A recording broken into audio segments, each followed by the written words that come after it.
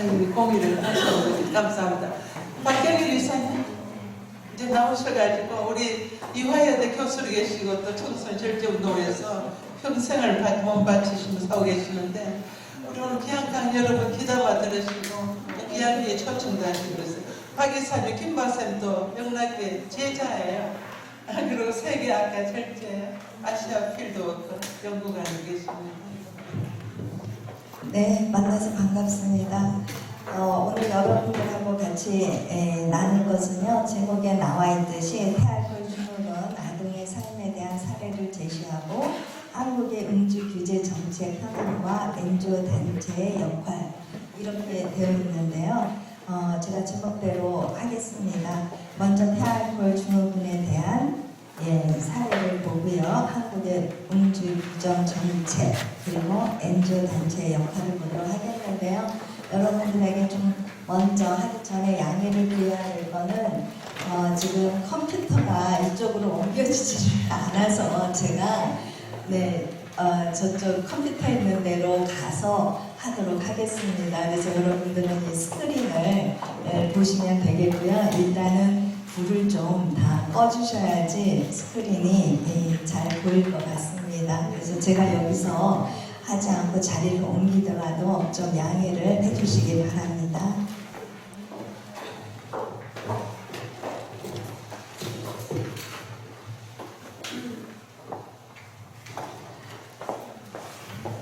네, 이 사진은요, 정신의사 다니엘 아멘 박사가 자신의 환자들의 뇌를 찍은 사진인데요.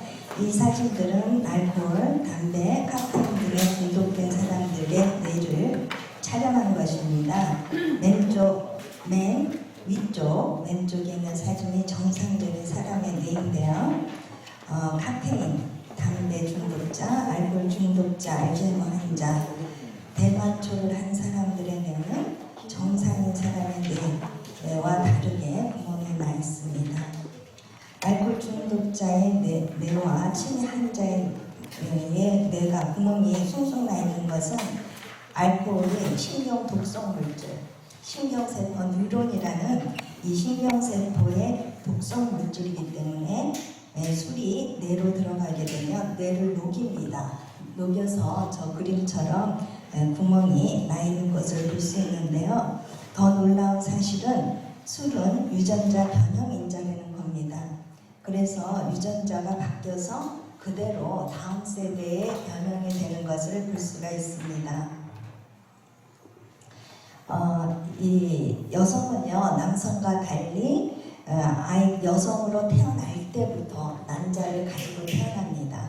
이 난자는 여포라는 빈세포 속에서 이제 성장을 하게 되는데요. 많은 그 난자가 이제 발달 과정에서 이 태아가 되거나 아니면 사라집니다.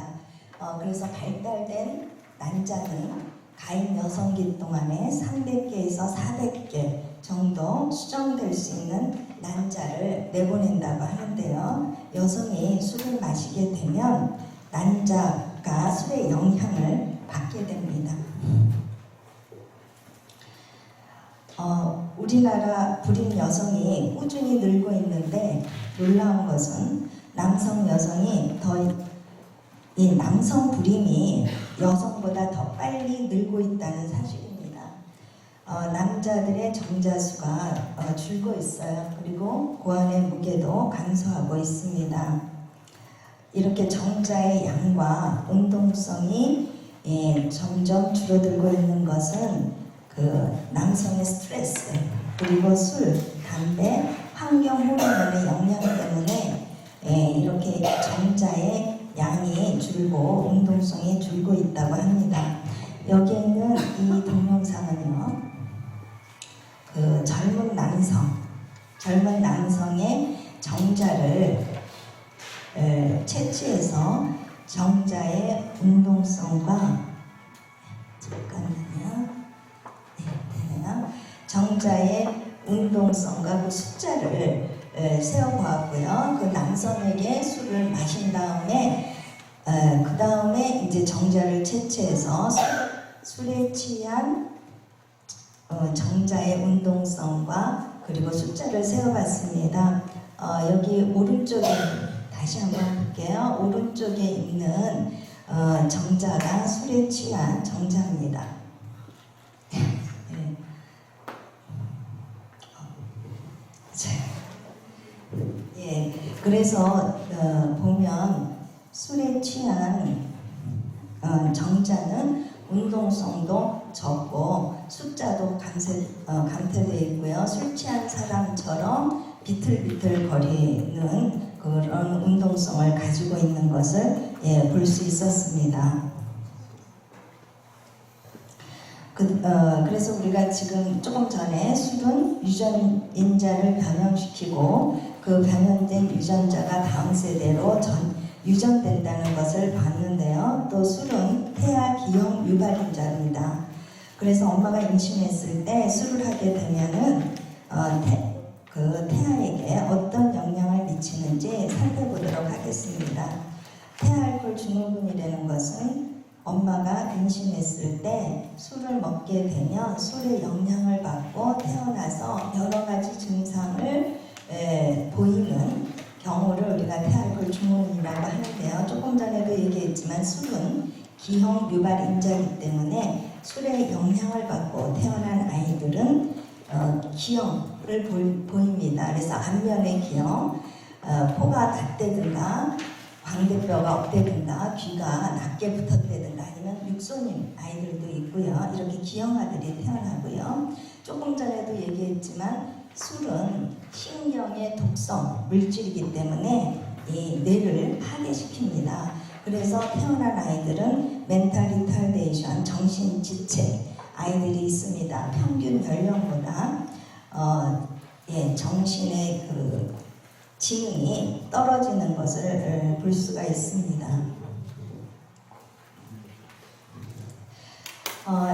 우리가 태아알코올 증후군이라고 하면 이건 진단명인데요. 의학계에서 사용되는 의학적인 용어입니다.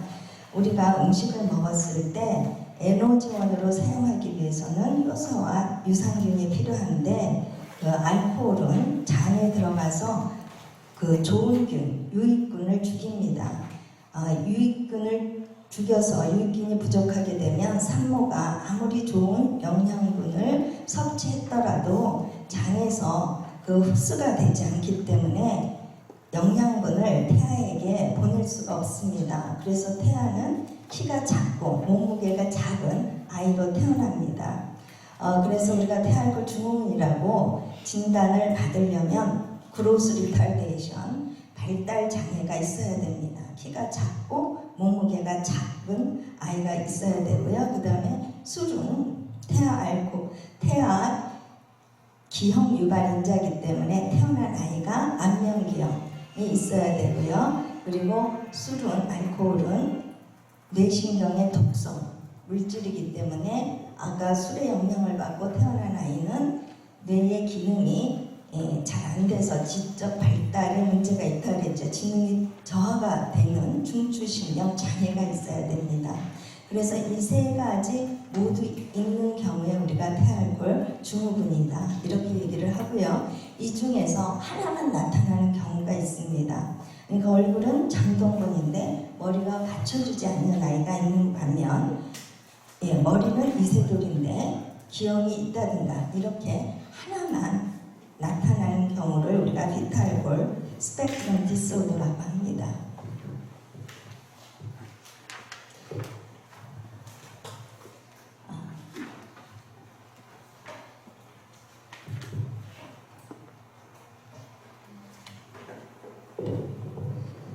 이 아이를 보도록 하겠습니다.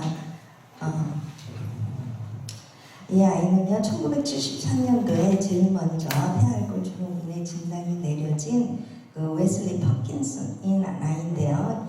이 웨슬리 퍼킨슨의 성장 과정을 통해서 세상에 태아알코올 증후군이 많이 알려졌습니다. 그 발달 장애처럼 아이가 굉장히 작고 그리고 근육이 없는 것을 볼 수가 있는데요.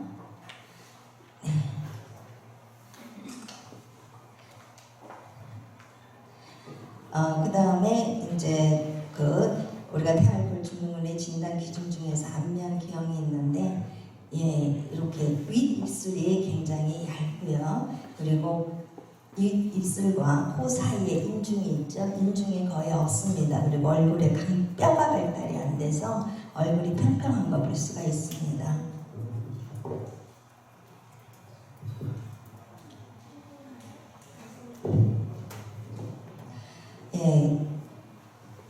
여기 얼굴에 눈과 눈 사이 미간이 굉장히 넓고요. 그 다음에 콧등이 굉장히 낮고, 그리고 윗입술과 콧등 사이에 인중이 거의 없고요. 윗입술이 굉장히 얇은 거, 이것이 이제 특징이 되겠습니다. 그리고 이제 태알골 증후군이 인종마다 모양이 좀 다른데요. 인디안이라든가 황색 인종, 백인, 흑인 모습이 조금 다른 거 볼 수가 있습니다.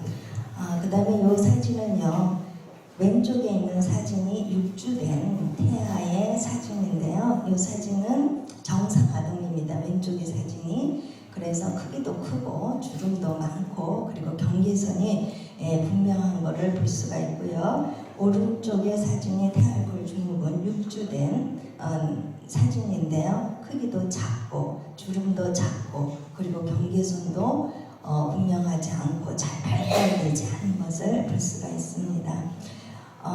이제 아까 말씀드린 대로 술은 뇌신경의 독성이기 때문에 뇌 발달이 잘 안 된다고 그랬죠. 이 도표는요, 태알골 증후군 101명을 대상으로 해서 그 지능을 검사한 편인데요. 보통 지능이 정상이다라고 하면 100 정도가 가장 많은데 태알골 증후군 경우는 평균 지능이 한 70 정도가 가장 많은 것을 볼 수 있었습니다.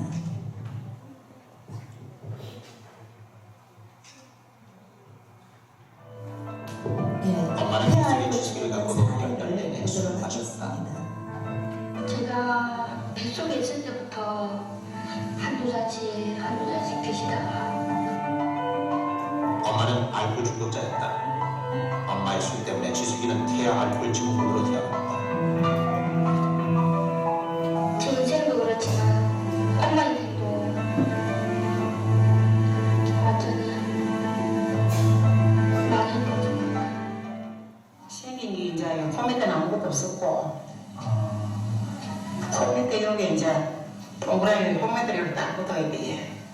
윤곽은 없고요. 예, 잇몸도 없었고 그런 상태에서 이제 사람들이 이제 이렇게 옷을 보면은 애 보고 나면 밥을 먹는다 길이 너무 가만히 있으니까 그런 식으로 이제 이야기했고 그러면서 이제 지가 너무 고개를 못 들고 다니니까 그게 좀 안 되더라고요.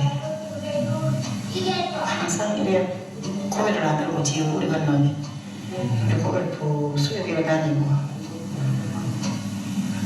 그 때문에 이제 내가 막 팔을 끝까지라도 어디라도 찾아가서 잘 이래 이제 다른 사람이 똑같이 얼굴을 만들어 주고 싶어가지고 그래가지고 뭐 안 되는 게 없습니다 실제로. 병원마다 다 들고 다니고. 내가 만약에 술을 안 먹은 그런 정상적인 엄마한테 태어났더라면은 키도 클 거고 수술도 이렇게 많이 할 필요는 없었을 거예요. 키도 크고 얼굴도 예쁘고 공부도 잘하고. 근데 전 이게 뭡니까? 제 인생도 그렇지만 엄마 인생도 완전히 망인 거죠, 그러니까.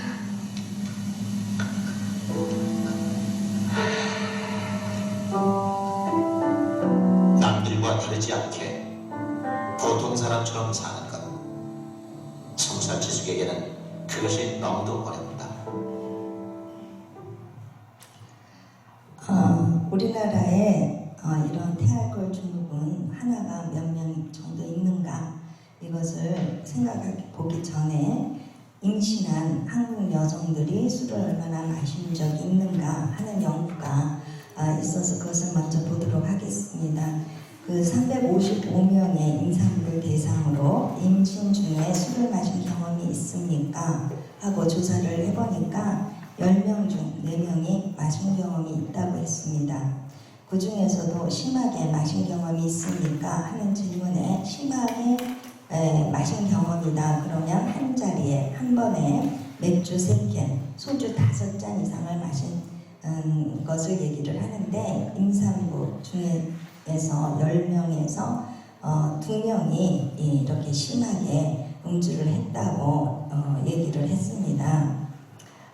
임산부가 술을 마시게 되면 기형의 위험과 그리고 태아가 알코올에 익숙한 상태로 태어나게 되는데요. 이제 과학이 발달이 되면서 태아알코올 증후군을 진단할 수 있는 방법들이 개발이 되었습니다. 태아의 태변을 검사해 보면 태변에서 알코올 대사 물질을 측정할 수 있게 됐습니다. 그래서 엄마가 임신 중에 술을 마셨는지 알 수 있게 되는데요. 질병관리본부의 연구에 따르면 우리나라에서 1000명당 한두 명이 태아알코올 증후군이라고 합니다. 통계청 2014년 자료를 보니까 우리나라에 43만 명의 아이들이 2014년도에 태어났다고 하는데요. 그렇다면 이 중에서 400명 이상은 태어날 때 술의 영향을 받고 태어났다고 생각이 됩니다.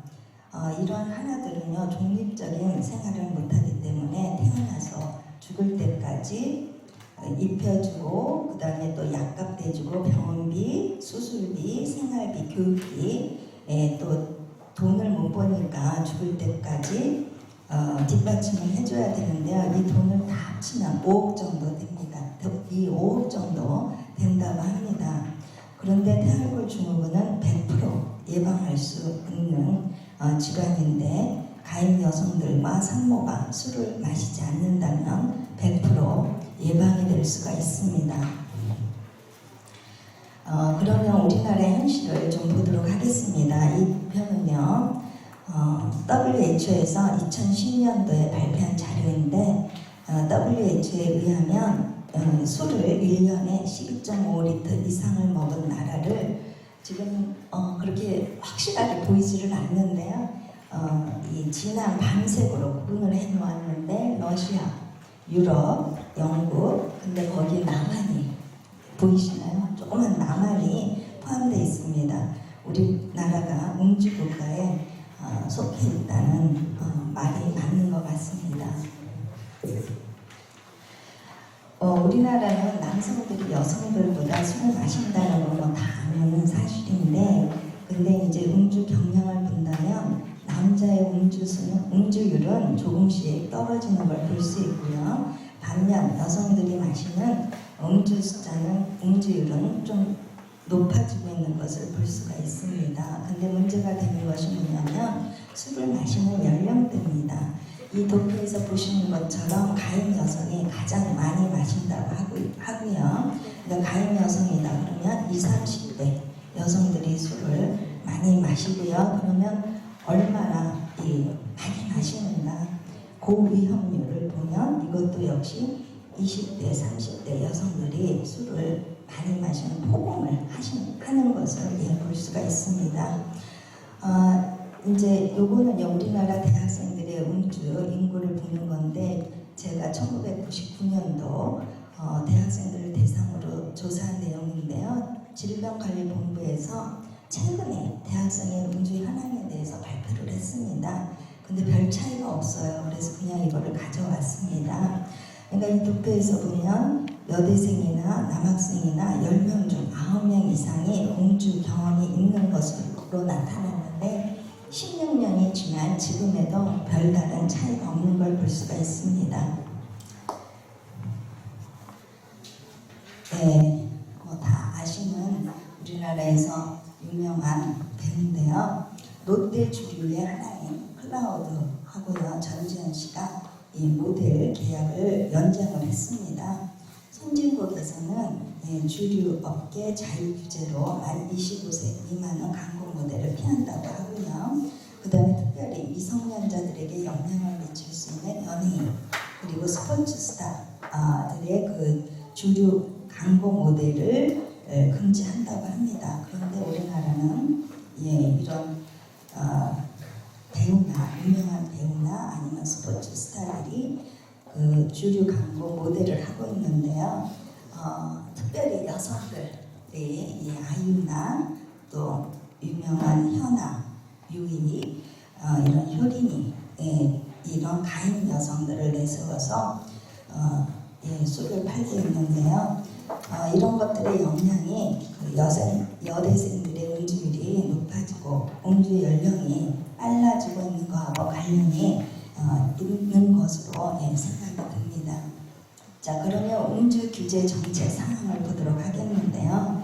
이 국민건강증진법에 의해서 9월 3일부터 주류 제조와 면허를 받은 자 또는 주류를 수입하여 판매하는 자는 주류의 판매용 용기에 가다한 음주는 건강에 해롭다는 내용과 음식 중 음주는 태아의 건강을 해칠 수 있다는 내용의 그 경고 문구를 표시해야 되는데 그 개정 경고 문구에는 3가지 종류가 이렇게 있습니다. 이 중에 한 가지를 선택해서 병에 광고문을 넣어야 됩니다. 제가 어제 할인마트와 그 롯데마트 판매점을 돌아다니면서 사진을 좀 찍었어요. 그래서 이제 그 경고 문구가 어떻게 시행이 되고 있는가 봤는데요. 이 그림은 두꺼비 소주인데 아이유가 찬이슬을 들고 있는 광고입니다. 근데 이제 경고 문구가 이 아이유 그 사진 그 밑에 적혀져 있어서 경고 문구보다 아이유 사진이 더 눈에 들어오는 것을 볼 수가 있습니다. 그래서 그 음주 경고 문구가 강화된 것은 그 환영할 만한 일이지만 경고 문구의 위치도 시선이 머무는 곳에 둬야 되지 않을까 이런 생각이 들고요. 근데 문제는 현재 주류법이 경고문을 제대로 표시하지 않아도 처벌할 수 있는 규정이 없다는 것이 이제 문제가 되겠습니다. 정부는 국민건강증진법의 제4조에 따라서 국민건강증진 및 질병 예방을 위해 국민건강증진 종합계획 헬스플랜을 수립해서 흡연, 음주 등 건강위해 요인 중점 과제를 선정하여 규제 정책을 강화하고 있습니다. 근데 여기 보시면 국세청이 2016년 8월에 또 법을 개정을 해서 한편에서 복지부에서는 경고문구 강화 정책을 하고 국민건강증진 종합계획을 하는데 국세청은 주류 제조 규제를 완화했습니다. 그래서 야구장에서 맥주를 마실 수 있고 매장에서 구입한 주류를 배달받을 수 있게 됐습니다. 그리고 전통주 온라인 판매를 확대하는 정책을 지금 현재 시행을 했고요. 제가 오늘 국세청에 전화를 해서 확인을 했습니다. 이 법안이 현재 시행이 되고 있습니다. 그 다음에 최근 방송통신위원회는 현행법상 금지되어 있던 주류의 간접 광고 규제를 완화하는 즉 사이버상이라든가 영화, 미디어를 통해 주류 간접 광고를 허용하는 내용의 방송법 시행령 개정안을 국회에 제출했습니다. 방송법이 개정이 되면 얼마든지 주류 간접 광고를 할 수 있게 되었습니다. 그런데 WHO에서는요 2010년부터 2014년까지 3가지 음주 폐해 예방 정책을 제시했습니다. 그래서 WHO는요 주류 판매 시간, 주류 판매 장소를 제한해야 한다. 그리고 주류 광고를 제한해야 한다. 주류 가격을 올리는 정책을 해야 한다. 이러면서 그 주류에 대해서 주류 판매를 줄이기 위해서 국민 건강을 위해서 이 3가지 전략을 제시를 했는데 거기에 비해서 우리나라는 간접 광고를 포함한 주류 방송 광고 규제 완화를 하는 것은 사실은 WHO의 정책 방향과도 부합되지 않고 국민건강기준법의 입법 취지에도 부합되지 않는 것으로 판단이 됩니다. 그래서 한쪽에서는 건강 증진을 위한 법을 내세우고 한쪽에서는 규제를 완화하는 법을 시행해서 정부의 정책이 일관성이 없는 것을 볼 수가 있습니다. 또한 식품안전위생법에서는요, 일반 음식점에서 술을 판매하는 것이 허용이 됐습니다. 이 식품안전위생법으로 인해서. 그래서 가족이 함께하는 일반 식당에서 청소년에게 음주가 쉽게 노출되고 있고요. 더 큰 문제는 키즈 카페가 일반 음식점으로 분류돼서 어린아이들이 노는 장소에서 주류 판매를 규제할 수 없게 되었습니다. 이것은요, 지금 현재 계류 중 또는 폐기된 음주 규제 법안입니다. 2012년 대학 내 주류 발매 금지와 공공장소 음주 금지에 관한 국민 건강 개정안이 계류 중이고요. 2014년 키즈카페 주류 판매 금지 법안과 2016년 인터넷과 대중교통 주류 광고 금지 등의 법안은 찬반 논쟁과 공감대 형성 부족으로 지금 국회에서 계류 중이거나 폐기가 되었습니다. 어제 찍은 사진인데요.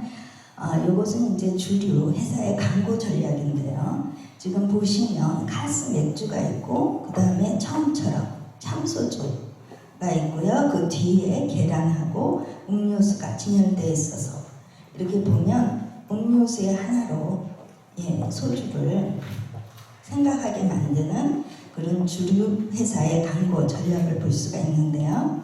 우리나라는 어린이들이 마시는 그 음료수 바로 옆에 술이 혼재돼서 판매되고 있어 갖고요. 이 어린이들로 하여금 술하고 일반 음료수하고 이렇게 혼동을 하게 만들고 있습니다. 외국은 주류만 따로 판매하고 있습니다. 가끔 일본만 보더라도 주류는 주류 코너에만 있고요. 또 그 옆에서 안 보이게 아크릴 같은 것으로 블라인드 해놓고 막아놓아서 볼 수 없게 했는데 저는 이렇게 노출이 되어 있습니다. 그래서 이것도 보시면은요, 맥주 소주가 음료수 위아래로 판매되는 걸 볼 수가 있고요. 그래서 역시 아이들이 맥주 소주는 음료수다라는 생각을 만들게 하게끔 만들고 있습니다. 요거는 처음처럼의 경고문 부착인데요.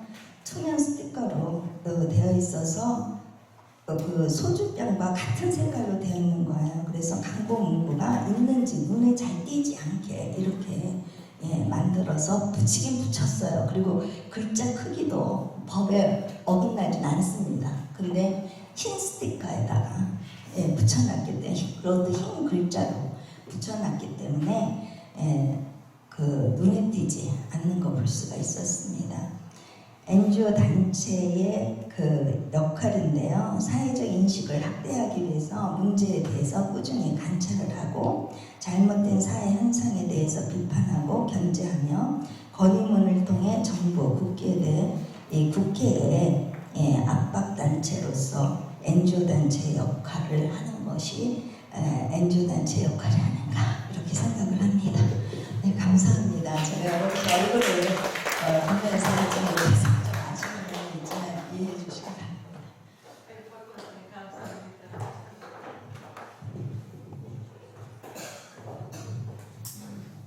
우리가 보면 부자들이 이제 부자가 되기 위해서 사람을 죽여가면서 정말 많은 피해를 주면서 돈을 모으고 있어서 원래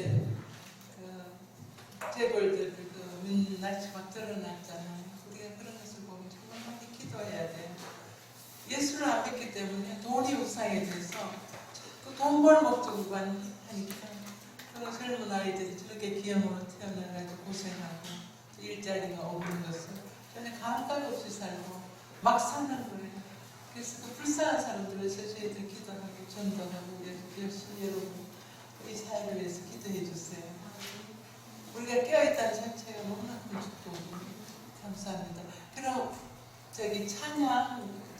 있고 김기현 박사님, 피아니스트 김재벌 떠나셨는데, 오케이. 아까 시간 때문에 우리 반주만 해주고 떠나셨군요. 그러면 우리 국립보건원에 연구관으로 계신 김원호 박사는 항상 매해 세미나에 해주시는데, 이번에 더 좋은 컨텐츠를 가지고 저희들이 들려주실 때 여러분 잘 들으시고, 같이 김 박사님 옆에 안 계셔도 딴 데 가서 또 전달자가 되어주시면 감사해서 김 박사님 나오세요. 박수로.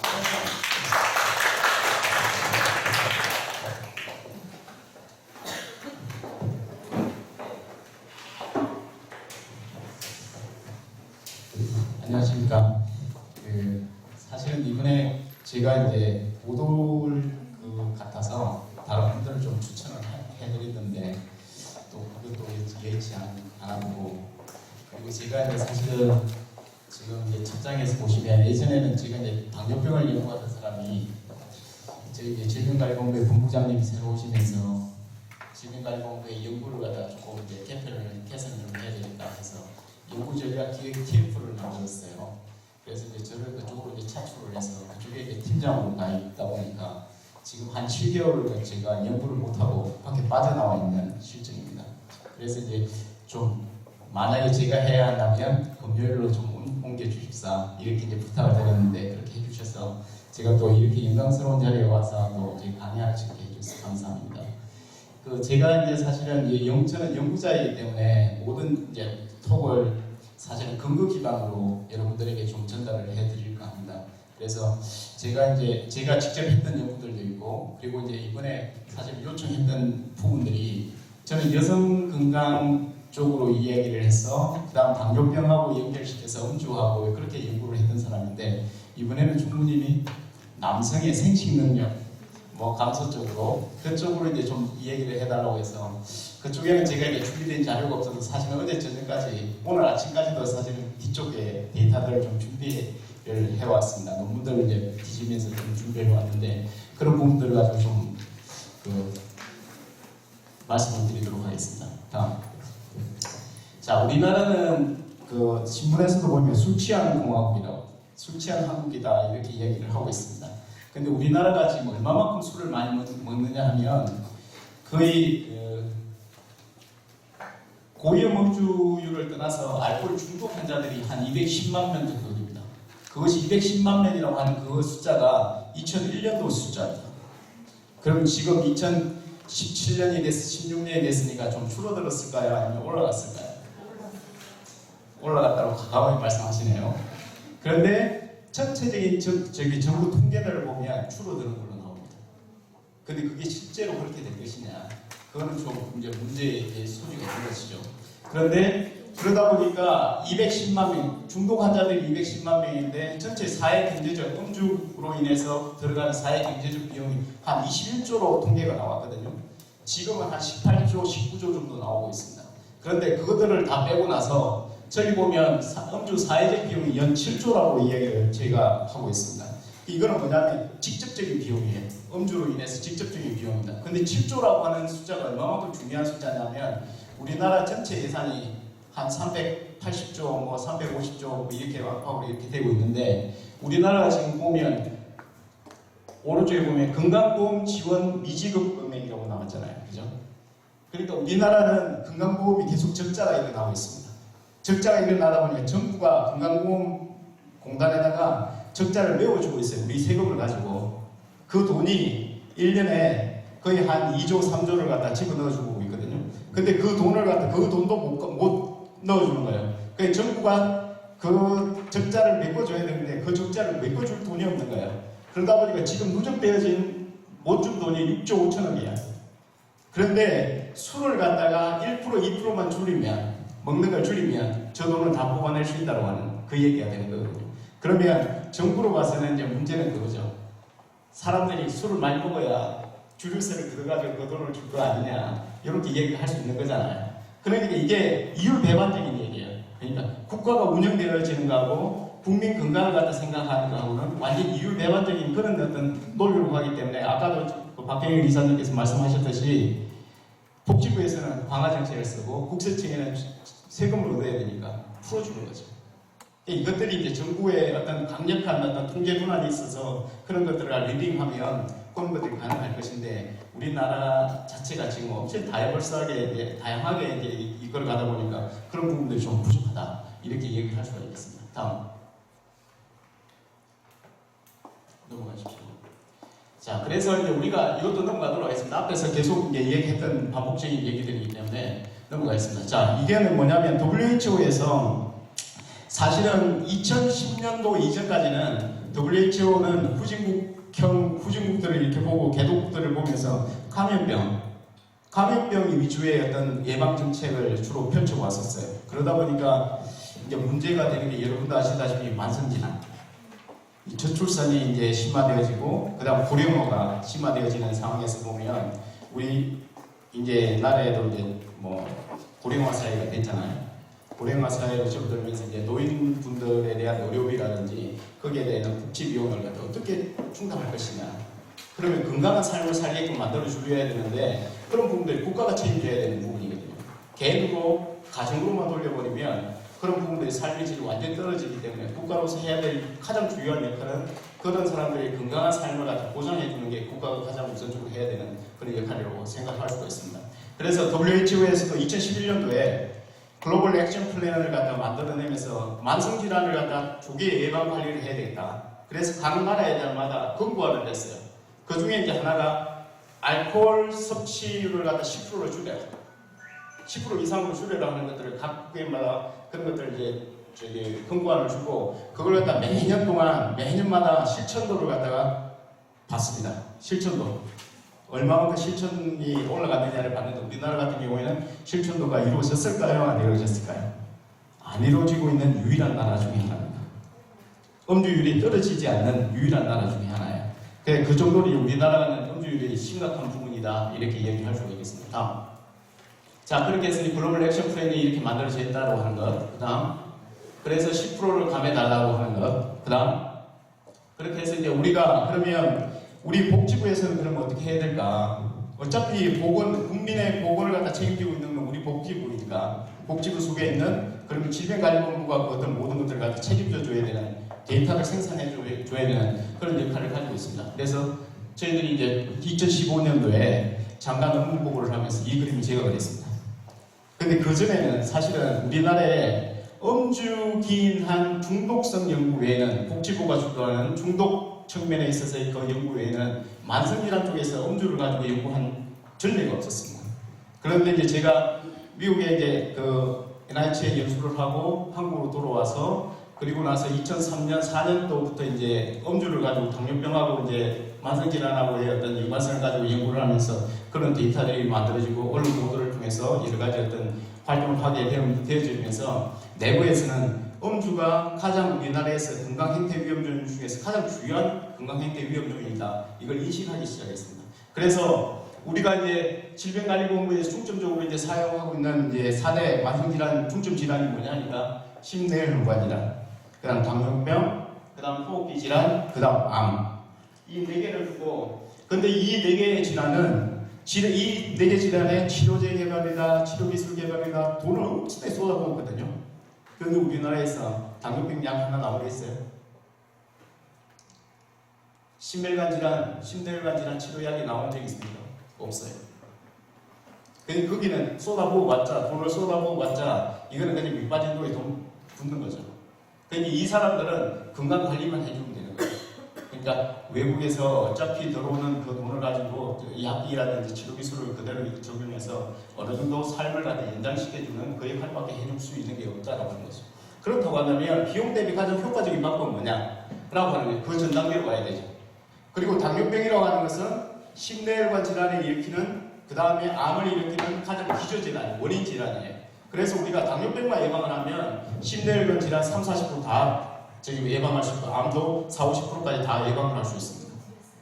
그런 통계가 나와 있다는 거죠. 그래서 당뇨병만 잘 예방하면 된다. 그러면 당뇨병을 갖다가 전 단계에서 좀 예방 관리를 해보자. 그렇다 보니까 당뇨병의 원인이 뭐냐니까 고혈압, 고혈당, 비만, 과체중, 이상지혈증이더라는 거죠. 그래서 이 부분들을 가지고 이제 중재 연구를 갖다가 우선적으로 해야 되겠다라고 하는 것이 저희들이 생각이었습니다. 그런데 문제는 뭐냐? 이것도 돈이 많이 들어간다는 거죠. 여기서 관리하는 거. 그래서 우리는 뭐냐, 그러면 가장 돈이 적으면서 쉽게 개선을 할 수 있는 그 요인이 뭐예요? 건강행재위험 요인이라는 거죠. 그 요인을 갖다 4개를 뽑아보니까 흡연, 고위험음주, 신체활동 부족, 그 다음에 잘못된 식습관, 요것이었습니다. 그래서 그 중에 이제 하나가 음주다. 그리고 이제 흡연은 이제 담배값 인상이 됐죠, 그죠? 돼가지고 있으니까 그 부분은 일단 적어준다 하더라도 음주 같은 경우에는 우리가 지금 가장 당면해서 현안으로 대두시켜줘야만 하는 건강 문제 중에 하나다, 이렇게 이야기할 수가 있겠습니다. 그래서 우리가 이제 음주 기인한 요놈들, 당뇨 전단계 고위험군들, 그리고 당뇨병이나 심혈관 질환을 갖다가 어떻게 예방 관리할 수 있는지에 대한 과학적 에비던스를 만들어서 근거들을 만들어서 국민들한테 알려줘야 되겠다. 이것이 이제 저희들이 보고한 자료였습니다. 그래서 저희 보건복지정책은 요 444 정책을 가지고 펼쳐 나가고 있다, 이렇게 말씀을 드릴 수가 있겠습니다. 다음, 이것도 넘어가겠습니다. 아까 말씀드렸던 얘기. 자, 그래서 이제 우리가 질병관리보험에서 국민건강영양요소를 매년같이 해요.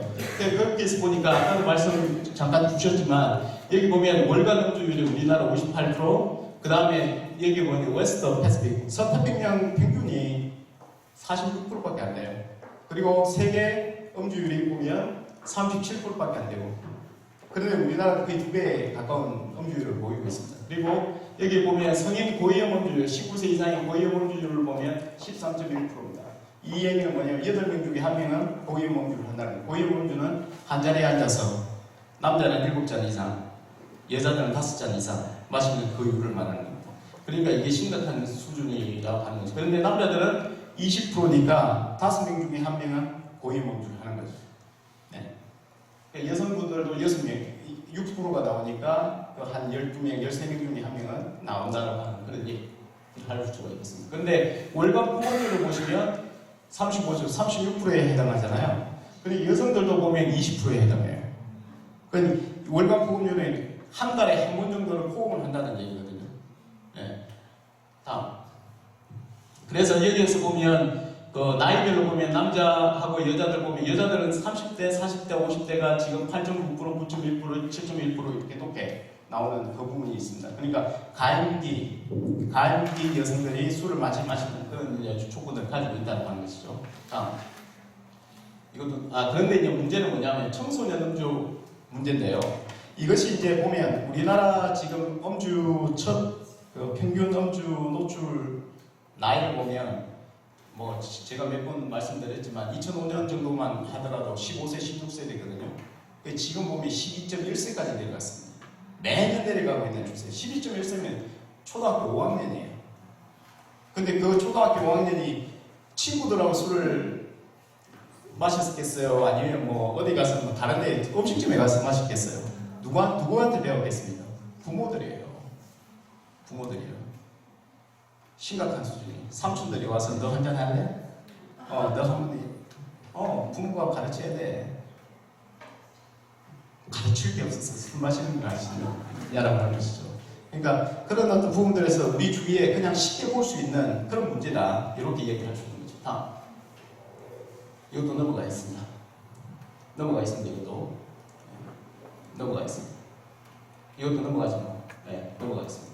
자, 그러면 여기에서 보면 그 알코올 엑스포저, 알코올을 갖다가 노출이 돼서 알코올을 술을 마셨을 때 저쪽에 디지즈라고 하는 건 질병 발생을 얘기하는 겁니다.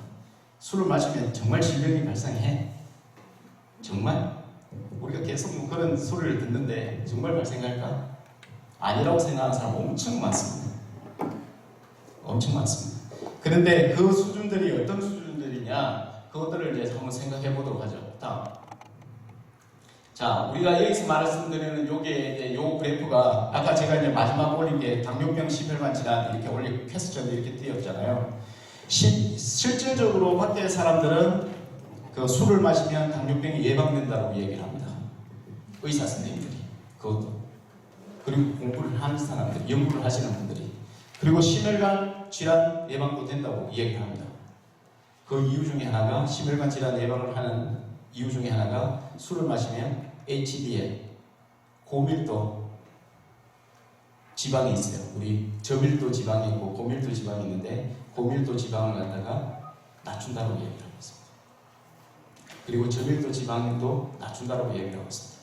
그래서 콜레스테롤 수치를 낮춰서 심혈관 질환을 예방한다고 얘기를 하고 있습니다. 그런데 문제는 뭐냐면 하나다라고 그다음 외의 것들을 생각 안 한 그런 어떤 부분들이 있는 거죠. 그런 부분들을 좀 가지고 얘기를 드리고자 합니다.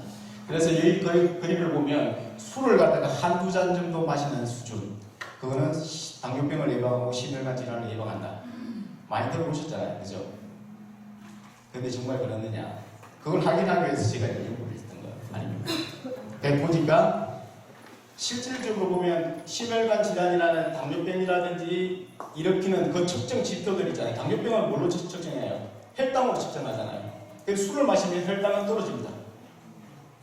일시적으로 떨어져요. 떨어지기 때문에 당뇨병 환자를 내가 당뇨병이 전 고혈당을 가지고 있는 사람이 그 전날에 아니면 전전날에 술을 많이 마시고 가서 신경을 검진을 받으러 가면 혈당이 정상 수치로 나와요. 그럼 그 사람 당뇨병을 진단 안 되는 거예요. 근데 문제는 뭐냐면 그게 계속해서 술을 마시는 사람들 같은 경우에는 일시적으로 떨어졌던 것이 나중에 계속해서 마시게 되면 엄청나게 고혈당으로 유지가 되는 것을 볼 수가 있습니다. 그런 것들은 이제 저희들이 실험으로 이제 증명을 해서 이제 국민들한테 내놓는 그런 데이터가 되겠습니다. 다음. 걱정 엄주량. 근데 이게 얼마나 무식한, 이게 이런 거 내주니까 고마워요. 병원에서 이런 거 내주고 정부에서 이런 거 내주면 이런 데이터를 내주면 고맙습니다. 정말 무식한 짓이죠, 이게. 어떻게 측정 엄주량이 있습니까? 그러니까 저 같은 경우에는 절제라고 하는 이 얘기가 엄주에 있었을만큼 절제는 아닌 거죠. 금주해야 되는 거예요. 금주해야 되는 거예요. 그러니까 절주 한 잔의 술도 우리 몸에서는 안 좋다라고 하는 그 부분을 갖다가 인식하고 있어야 되는데 그 근거를 갖다가 과학자들이 좀 만들어서 보도해줘야 되는 그런 이제 상황이라고 할 수가 있겠습니다.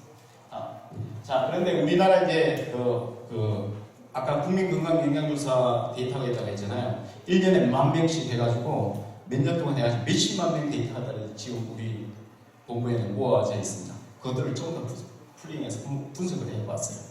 분석을 해보니까 여기에서 보시면 넘드링크 그 다음에 5g 하루에서 5g 이상, 5g 이하, 6g에서 15g 이하, 30g 이상 이렇게 사람을 이제 술을 마시는 정도에 따라서 술을 이제 사람들을 그룹으로 나눠서 보니까 그렇게 해서 대사질환이 발생하고 당뇨가 발생하는 율을 보니까 여기서 보면 그냥 파란색은 그냥 원시 자료 그대로만 이제 가지고 분석하는 거예요. 어떤 것도 보정을 하지 않고 그렇게 해보니까 15g에서 30g 15g에서 30g 소주 한 잔에 몇 g이에요? 한 7g, 8g 정도 나오거든요.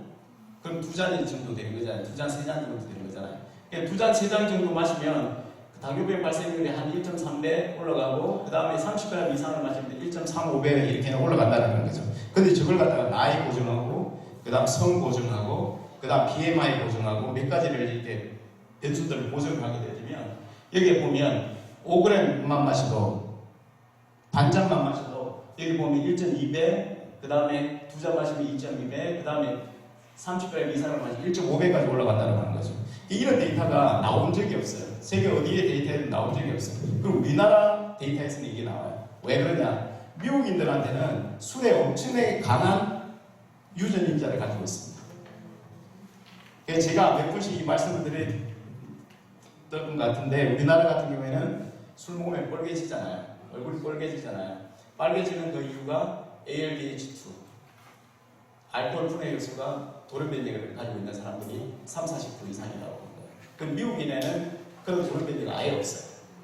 아주 강하죠. 그래서 술을 많이 먹는 그 사람들은 덩치도 크고 그 다음에 팥도 많고 그러다 보니까 걔네들은 방어 기작들이 엄청나게 작동을 잘하고 있습니다. 그런데 우리나라 사람들은 그렇지 못해요. 완전히 다른 패턴을 가지고 있습니다. 다음 넘어가도록 하겠습니다. 이것도 마찬가지입니다. 다음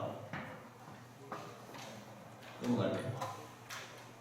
이것도 넘어갈게요. 네. 자, 그런데 여기에서 보면 저기 보면 ALDH2 폴모피즘이라고 제가 이야기를 해놨잖아요. 저게 뭐냐면 ALDH2를 뮤테이션을 가지고 있는 사람들, 돌연변이를 가지고 있는 사람과 아닌 사람을 나눠본 거예요. 나눠서 보니까 와일드타입 같은 경우에는 정상인 사람이에요. 돌연변이는 없는 사람이에요. 없는 사람은 술에 대해서 있잖아요. 술에 대해서 엄청나게 강한 그 저항성을 가지고 있습니다. 그런데 이 돌연변이를 가지고 있는 사람은 술에 대해서 엄청나게 민감한 반응을 일으키고 민감하게 질환으로 발생하는 질병이 발생하는 그런 형태를 보이는 것을 저희들이 확인을 할 수가 있습니다. 다음. 자, 그리고 이제 뭐 우리나라 지금 음주 패턴들이 상당히 이제 나타나는데 저기 보면 비만율이 이렇게 나이가 들어가면서 쭉 올라가고 있고 당뇨병 발생률이 쭉 올라가고 있거든요. 남자 여자 모두 다 올라가고 있는데 문제는 뭐냐면 흡연 같은 경우에는 여기에서 이제 이게 흡연율인데 흡연 요 두 개 변화가 없잖아요. 그래프가 똑같잖아요. 그죠? 술을 마실 때 흡연을 하는 사람과 하지 않는 사람에서 당뇨병 발생률, 비만 발생률이 큰 효과가 없어요. 흡연이 그렇게 크게 문제가 심각하지만 요 상황에서 당뇨병이라든지 비만이라든지 이렇게 발생하는데 큰 효과가 없어요. 근데 음주 같은 경우는 보면 여기 보시면 이게 음주를 하는 라인이거든요. 음주하지 않나? 여기 보면 올라가잖아요. 음주하는 사람한테서 비만 발생률이라든지 당뇨병 발생률이 올라가더라 라고 하는 것을 볼 수가 있습니다. 그래서 비만한 사람이라든지 당뇨병 발생하는 데 있어서는 음주가 상당히 주요한 건강 행태 위험 요인이다. 이렇게 리스크 요인이다. 이렇게 얘기를 할 수가 있겠습니다. 다음. 그래서 이제 저희들이 이제 정말 그런 데이터들을 갖다가 저렇게 역학 데이터가 아니라 그냥 파퓰레이션 베이스로 해는 저 데이터는 불정확한 거거든요. 그냥 그럴 수 있겠다. 추측하는 데이터예요. 그래서 이제 저것들을 갖다가 정말 실질적으로 생체 내에서 일어날 수 있을까? 저는 이 얘기들이 할 수 있는가를 이제 확인하기 위해서 저희들이 이제 사람한테 하지 못하니까 쥐한테다가 실질적으로 술을 이제 적정량을 먹여본 겁니다. 먹여보니까 여기 보면 간에 여기 하얗게 생기는 것들 있잖아요. 지방간 생기는 것들. 4주만 먹이면 이렇게 지방간이 하얗게 그냥 덩어리집니다. 그리고 여기 보면 여기 우리 인슐린을 분비하는 우리 몸속에서 혈당을 낮추는 데 필요한 인슐린 호르몬을 분비하는 췌장에서 보면 저기 동그란 위에 보면 정상지에서 소도세포라고 하는데 저 인슐린 분비하는 세포가 이렇게 크게 둥그렇게 있잖아요. 근데 술을 마신 뒤 보면 완전히 쪼그라들어서 없어지고 있어요. 6주 지난 거거든요. 그러면 인슐린이 분비가 안 된다라고 하는 얘기죠. 인슐린 분비가 안 되면 어떻게 돼요? 우리 몸속에 있는 혈당을 분해 못 시킨다라는 얘기죠. 그러면 그 사람들은 그러면 우리가 정상적인 젊은 지한테도 해도 이렇게 정도인데 그러면 선생님들이 지금 20대, 10대, 20대는 좋다 이거지. 건강하니까 술을 먹어도 충분히 극복해낼 수 있어. 저 정도까지 안 가. 근데 30대, 40대, 50대를 가면서 우리 자연적으로 메타볼릭 대사질환이 대사증후군이 나타나잖아요. 그런 상황이 우리는 자연스럽게 일어나는 상황인 거죠. 그런데 그 사람한테 술을 갖다 가미를 해주면 어떻게 되겠어요? 훨씬 더 촉진되겠죠, 그죠? 그게 대사증후군이 생겨서 30대 후반부터 생겨서 40대, 50대 중반 정도 돼야만 당뇨병이 와야 되는데 술 먹는 사람들은 30대 후반에서 당뇨병이 올 수 있다고 하는 얘기예요. 그런 근거들을 갖다 만들어내는 그런 데이터가 되어 있습니다. 다음. 그래서 이런 데이터들을 가지고 이제 논문을 쓰고 그렇게 해서 이제 저희들이 이제 요것들을 가지고 언론 공부를 이제 해 가는 거죠. 다음. 그래서 이제 여러 가지 이제 뭐 KBS, SBS 뭐 하면서 인터뷰를 해서 그다음 생로병사라든지 그런 데다가 이제 그 대국민 이제 정보를 건강 정보를 제공해 주는 그런 역할들을 하고 있습니다. 다음. 넘어가겠습니다. 이것도 넘어가겠습니다. 그래서 이제 우리가 실질적으로 그러면 아까는 정상지예요. 그래서 아까 제가 말씀드렸듯이 요 지는 어떤 지냐면 25주가 지나면 당뇨병이 생기는 지예요. 그러니까 대사적으로 그냥 살아가면서 자연스럽게 당뇨가 발생하는 지예요. 뚱뚱해지면서. 우리 사람하고 비슷한 지예요.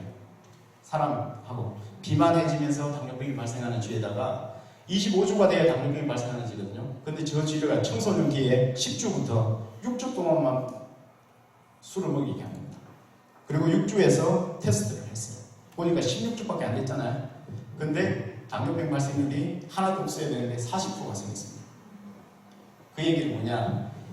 대사적으로 문제가 있는 지들, 자연적으로 우리가 대사적으로 이상이 있는 사람들이 술을 마시게 되면 50대의 사인일 당뇨병이 훨씬 더 앞단계에서 생길 수 있다고 하는 근거를 갖다 처음으로 제시한 결과가 되겠습니다.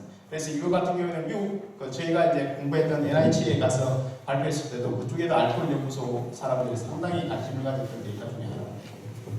다음, 이거 데이터는 이게 뭐냐면 SIV라고 하는 것이 뭐냐면 우리가 HIV 많이 들어봤죠. HIV, 에이즈 바이러스. 그 H는 휴먼이거든요. SI는 사이미아, 그 원숭이. 원숭이한테 있는 에이즈 바이러스예요. 저게 바이러스. 근데 원숭이한테 SIV를 인펙션을 시켜놓고 원숭이한테 술을 준 거야.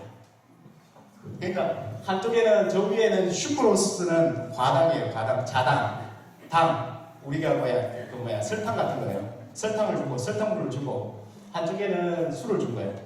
그러고 나서 생존율을 본 겁니다.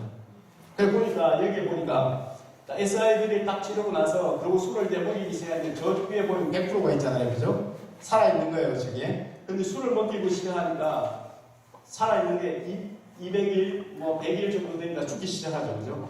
죽는 속도가 당을 먹는 것보다 훨씬 더 빠르잖아요, 그죠? 우리가 설탕이 몸에 안 좋잖아요, 그죠? 몸이 안 좋은데 몸에 안 좋은 사람들은 여기 보면 1200일까지 산다고 하는 거예요. SIV가 인펙션 되어졌다고 하더라고요. 근데 술을 먹는 사람들 보면 여기 보면 480일만 되면 거의 40%까지 60% 이상이 죽어나간다고 하는 거거든요. 네. 그러니까 이만큼 술이 위험하다고 하는 얘기거든요. 이게 사실은. 그러니까 이런 근거들이 이제 사실 많이 만들어져야 되는 그런 부분이 아닌가 생각합니다. 자, 넘어가겠습니다. 자, 그래서 이제 우리뿐만 아니라 미국에서 또 여기 보면 워싱턴대 건강측정평가연구소에서 우리나라 OECD 국가들을 전부 다 대상으로 그 나라의 건강 수명을 가장 단축시키는 요인들을 각국마다 다 분석을 해봤어요. 그래 봤더니 우리나라 같은 경우는 뭐냐? 음주였습니다. 음주가 1등이어서 11.1개월씩 술을 먹는 사람과 안 먹는 사람의 수명 차이, 건강 수명, 건강에 사는 것. 건강에 사는 그 수명을 갖다가 11.1개월 정도로 단축시키는 걸로 나왔습니다. 그런데 중국 같은 경우는 대기오염, 잘 아시다시피 우리나라도 이제 대기오염에 그 위험성이 들어가겠죠. 들어가겠 겁니다. 그 다음에 미국 같은 경우는 비만이었습니다. 그리고 일본 같은 경우는 고혈압. 그러니까 우리나라 같은 경우는 음주가 그만큼 위험한 그 민족의 특성을 가지고 있다 이렇게 얘기를 할 수가 있겠습니다. 자, 그래서 이제 우리가 자살률이 높다고 하는 것도 음주의 원인이다. 몇 번 이렇게 말씀을 제가 이제 계속 드리고 있는 부분입니다. 그런데 이제 아까도 말씀드렸듯이 BMI는 비만한 사람이거든요. 비만한 사람이 당뇨병이 발생할 확률은 1.29배밖에 안 돼요. 비만이 당뇨병 가장 주요 요인이라고 하잖아요. 근데 1.3배밖에 안 돼요. 근데 그게 비만이 아니라 알코올을 먹으면 3.7배로 올라갑니다. 3.7배. 그런데 비만한 사람한테다가 술을 가져 먹는 경우가 제일 마지막 인터액션이 저 부분이거든요. 저기 몇 배까지 올라갔습니까? 10배까지 올라갔잖아요. 네. 그러니까 어떤 사람이든 간에 나이가 들어가면서 메타볼릭 대사 기능은 떨어지게 돼 있다. 떨어지게 돼 있는데 그 사람들이 술을 먹는다든지 흡연을 하게 되면 그 속도는 훨씬 더 빨라지고 우리가 생각하지 못할 속도로 이렇게 급속하게 올라간다. 이 얘기를 드릴 수 있겠습니다.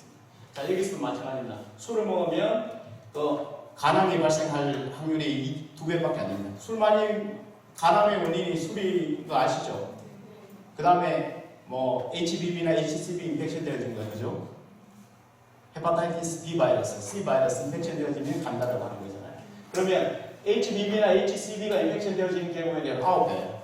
간암 발생률이. 근데 여기 당뇨병이 있으면 간암 발생률이 3배예요. 그런데 여기다가 보면 알코올에다가 HCV를 같이 가지고 있는 사람들이 보면 50배까지 올라갑니다. 그러니까 이게 술이라고 하는 것은 술 하나만 생각하면 안 된다고 하는 거예요. 우리 몸속에는 수없이 많은 팩트들이 지금 노출이 돼 있잖아요. 우리가 돼 있기 때문에 술만 생각하면 술만 뭐해 이렇게 얘기하면 안 된다고 하는 거예요. 내가 가지고 있는 제가 술 한 잔 먹는 거하고 이분이 한 잔 먹는 거하고 저분이 한 잔 먹는 거하고 완전히 다른 얘기를 하고 있는 거예요. 그러니까 나한테는 10잔도 괜찮지만 어떤 사람은 한 잔이 독약이 될 수도 있는 거죠. 그런 생각을 좀 하셔야 된다. 그렇게 생각합니다. 그래서 이제 우리가 사실은 저희 아기 때, 태아 때부터 모든 우리의 생애 전주기의 건강은 이미 판정이 되어 있다. 결정이 나 있다라고 이야기를 할 수가 있습니다. 다음. 자, 이거 넘어가겠습니다. 예, 이것도 마찬가지. 그래서 이제 우리가 엄마 뱃속에서부터 모든 생애 전주기의 모든 것들이 다 건강이 판정되어 있다고 얘기를 했는데 지능이라든지 아니면 행동장애라든지 이런 것들이 나타나는 그 시기들이 5살 때부터 이렇게 쭉 나타나는 그런 행태를 보고 있는데 알코올을 가진 엄마한테서 태어난 아기들의 그 행동 패턴들을 갖다 쭉 이제 NIAAA라고 하는 그 NIH 미국 국립보건연구원의 알코올 연구소에서 내놓은 그 데이터가 되겠습니다. 다음. 모든 사람이 이거 보여주면 뭐 갈증 날 때 진짜 말 맞다니 히야시리에 소주 한 잔 생각나는 침이 골골골 넘어가는 그런 이제 상황을 이제 보여주고 있는데 문제는 뭐냐면 우리나라 같은 경우에 여기에 지금 보면 중간에 이렇게 보면 여기서 보면 첫 알코올 유스 나이를 갖다 보시면요 13살 때부터 이렇게 보면 46% 이게 뭐냐 패밀리 히스토리를 가지고 있는 사람들 패밀리 히스토리를 가지고 있는 사람은 뭐냐 엄마나 아빠가 술을 먹는 사람들 그 집안에서 태어난 아기가 술 마시는 시작 연령을 말하는 거예요 13살 때부터 나타나는 거예요 근데 여기에서 술을 안 마시는 애들은 19%밖에 안 돼요 절반 수준밖에 안 되는 거죠 그런데 문제는 뭐냐면 나이가 들어가면 들어갈수록 그런 어떤 부분들의 히스토리가 계속 유지되고 있다고 하는 겁니다. 그러니까 엄마 아빠가 술을 갖다 먹는 사람들에 있어서 그 자식들이 술을 먹는 율은 우리가 뭐 이렇게 요즘에 TV에도 보면 팍질하는 엄마 아빠들 있잖아요. 애기들한테. 그런데 그 애기들은 뭐 하면서 나는 엄마 아빠처럼 사지 않겠노라. 그런데 10년이 지나고 20년이 지나면 똑같은 행태를 그 사람이 하고 있다고 하는 것이 대부분의 정신 의학 분석학적으로 이렇게 보면 그렇게 나온다고 하는 얘기거든요. 그래서 이 데이터도 몇 번을 보여드렸어요. 그래서 엄마한테서 저기 술 먹는 엄마한테서 태어난 애기하고 정상 엄마한테서 태어난 애기들을 갖다 이렇게 모아놨습니다. 쥐들 색깔이 약간 연하게 쳐져 있는 게 이제 술 먹는 엄마한테 태어난 애기들이에요. 그리고 풀어놓고 놀게끔 이렇게 풀어놓고 한쪽에 술을 갖다 놓은 거예요. 그걸 풀어봤습니다. 풀어보니까 술 먹은 엄마한테서 태어난 애기들이 술 쪽으로 100% 이동하더라는 거예요. 그게 이제 미국 뉴욕 여기 보면 뉴욕 대학에서 지금 했던 그 데이터가 있습니다. 그래서 보니 그 원인을 보니까 그래서 저 쥐들을 갖다 유전자 분석을 쭉 해보니까 후광 유전자가 술에 민감한 후광 유전자가 상당히 발달해져 있는 그런 형태를 보인다. 이 얘기들을 공부한 적이 있었습니다.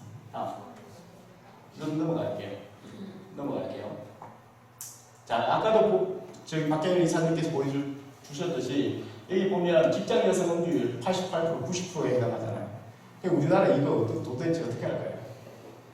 제 연구소에 보면 30대, 40대 중반까지 결혼하는 처자들이 상당히 많습니다. 근데 처자들이 많은데 문제는 뭐냐면 이분들이 다 가임기의 대상분들이잖아요. 근데 이분들이 마시는 술의 양을 보면 요즘에는 저희 그 연구소 기준으로 보면 남자들보다 여자들이 더 술을 많이 먹습니다. 사실.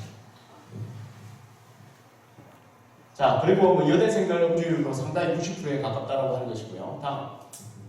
그래서 이제 우리가 엄마 뱃속에 있을 때 아기가 어떤 환경에 노출되느냐에 따라서 그 아기가 태어났을 뿐만 아니라 그 뱃속에 있었을부터 모든 것들이 결정이 될 것이다 하는 그 얘기들을 가지고 저희들이 여성 건강 연구를 갖다가 하게 되어진 이유가 되겠습니다. 다음. 넘어가겠습니다.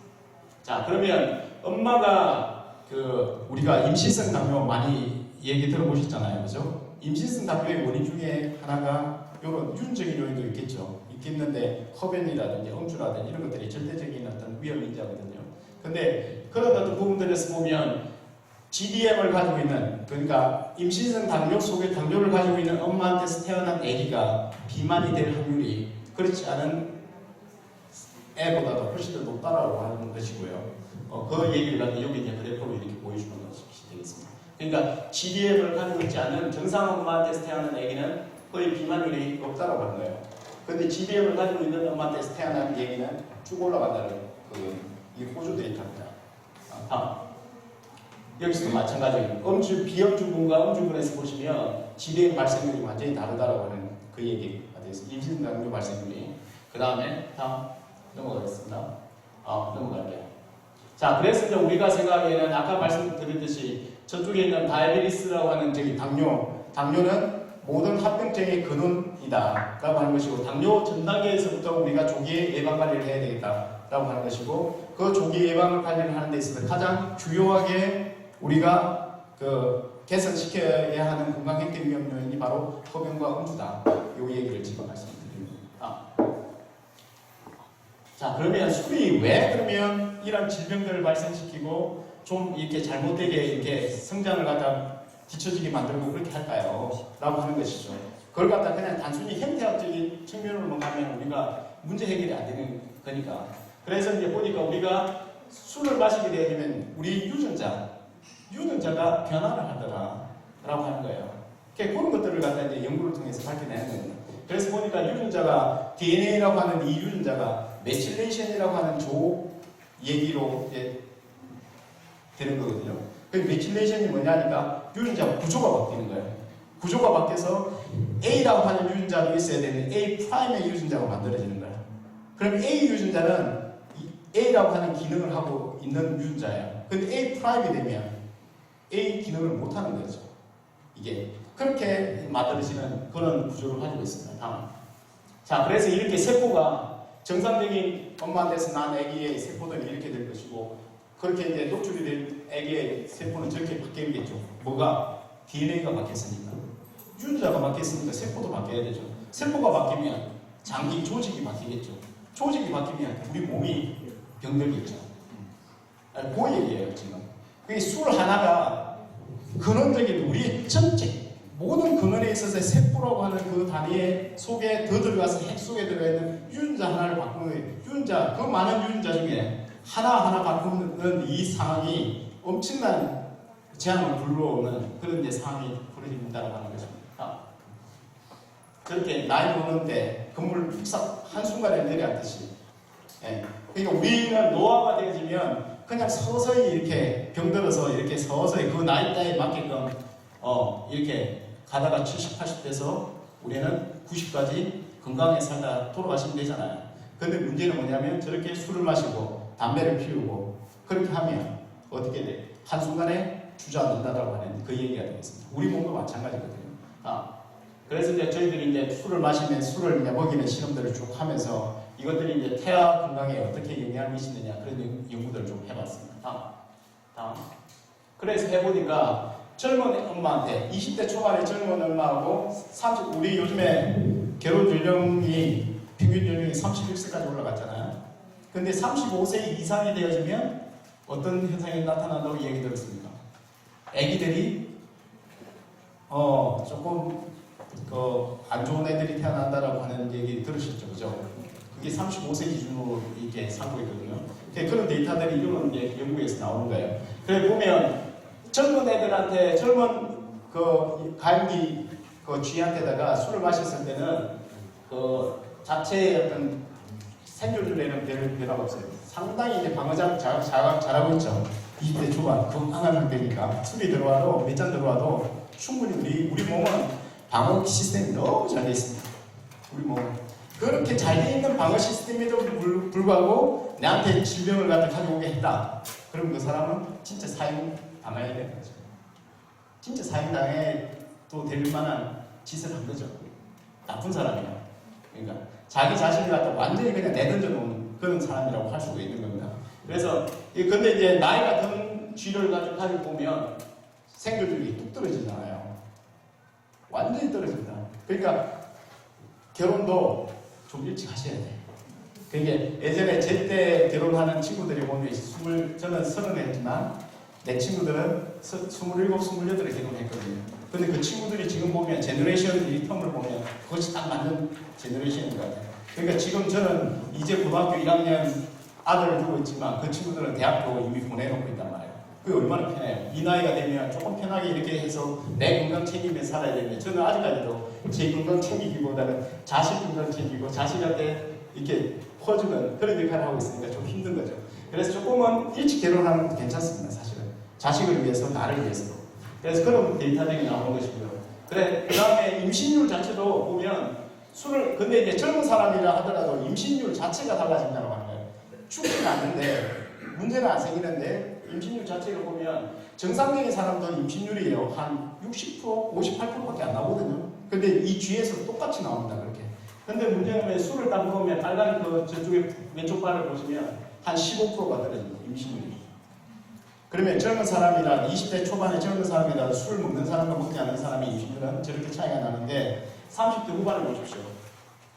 술 많이 먹는 사람은 아예 임신이 안 돼요. 쥐 같은 경우에.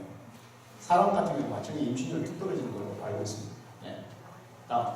그래서 이렇게 보니까 그 태아 이제 각 임신 뭐 쥐는 21일밖에 아니거든. 21일이거든. 우리는 사람은 10달을 품고 있지만 쥐는 21일을 품고 있습니다. 새끼들을 품고 있는데 보면 눈이 발생하는 단계들을 이렇게 쭉 추적을 해보니까 술 먹은 놈한테서는 눈이 발생이 늦어져 있어요. 눈 발생이 늦게 오더라 라고 하는 것은 저희들이 실험으로 관찰할 수가 있습니다. 그 다음에 쥐들은 여기 이거 동그란 거 하나 이게 새끼 한 마리예요. 보통 이렇게 8마리, 9마리, 10마리, 많게는 10마리씩 나오거든요. 그렇게 하는데 술을 먹는 놈, 적은 놈한테서는 괜찮아요. 그래도. 근데 저쪽에 보세요. 어떻게 되나. 여기 술을 안 먹은 늙은 놈만 하더라도 죽은 놈들이 있죠. 없어진 것들이 있죠. 몇 마리 안 생기잖아요. 그죠? 저쪽에 술 먹은 놈들 보면 전부 다 태아 중에서, 태반 속에서 다 죽어 있습니다. 죽어 있습니다. 그리고 나서 저기에 이제 태어나고 나서 이제 21일 이후에 태어난 쥐들을 보니까 기형아 검사를 해보니까 발가락 기형들이 한 7%가 생겨 있습니다. 젊은 애들한테서. 근데 늙은 엄마한테, 그러니까 나이가 든 고령 산모한테서 태어난 엄마한테서 같은 경우는 한 33%까지 올라가 있습니다. 기형아가 발생률이. 자, 여기서도 보면 뭐 여기 이거 같은 경우는 이제 심장 발생도 완전히 달라진다고 하는 것을 보여주고 있는데 다음 볼게요. 여기 보면 위쪽에 보면 정상 심장 발달되어진 그 조직 사진이 되겠습니다. 그러니까 술을 안 먹은 애들 같은 경우는 심장이 잘 채워져 있어요. 근데 오른쪽에 보면 중간중에 하얗게 비어 있잖아요. 즉 발육이 심장에는 근육세포로 뭉쳐져 있어야 되거든요. 근데 이 오른쪽에는 지금 정상에는 근육세포가 잘 발달되어져 있는데 저 오른쪽에는 근육세포가 다 비어 있는 거예요. 네. 그래서 그런데 이제 문제는 애기뿐만 아니라 엄마한테서 보니까 간에서 보니까 지방간이 저렇게 많이 생겨 있더라라고 하는 것이고요. 그렇게 해서 에탄올 술을 마시게 되어지면 우리 왜 그렇게 술을 마시면 문제가 생기느냐?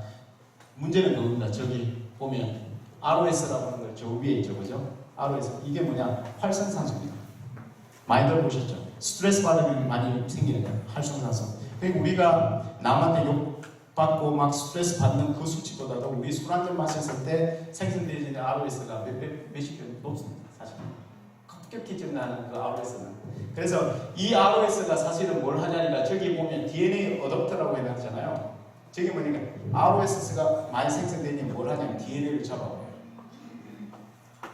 유전자를 잡아버린다. 그리고 유전자에서 만들어진 프로테인을 잡아버려요. 여기 밑에 보면 여기 있으면 안 나와있네요. DNA 어댑터가 생기고 프로테인 어댑터가 생겨요.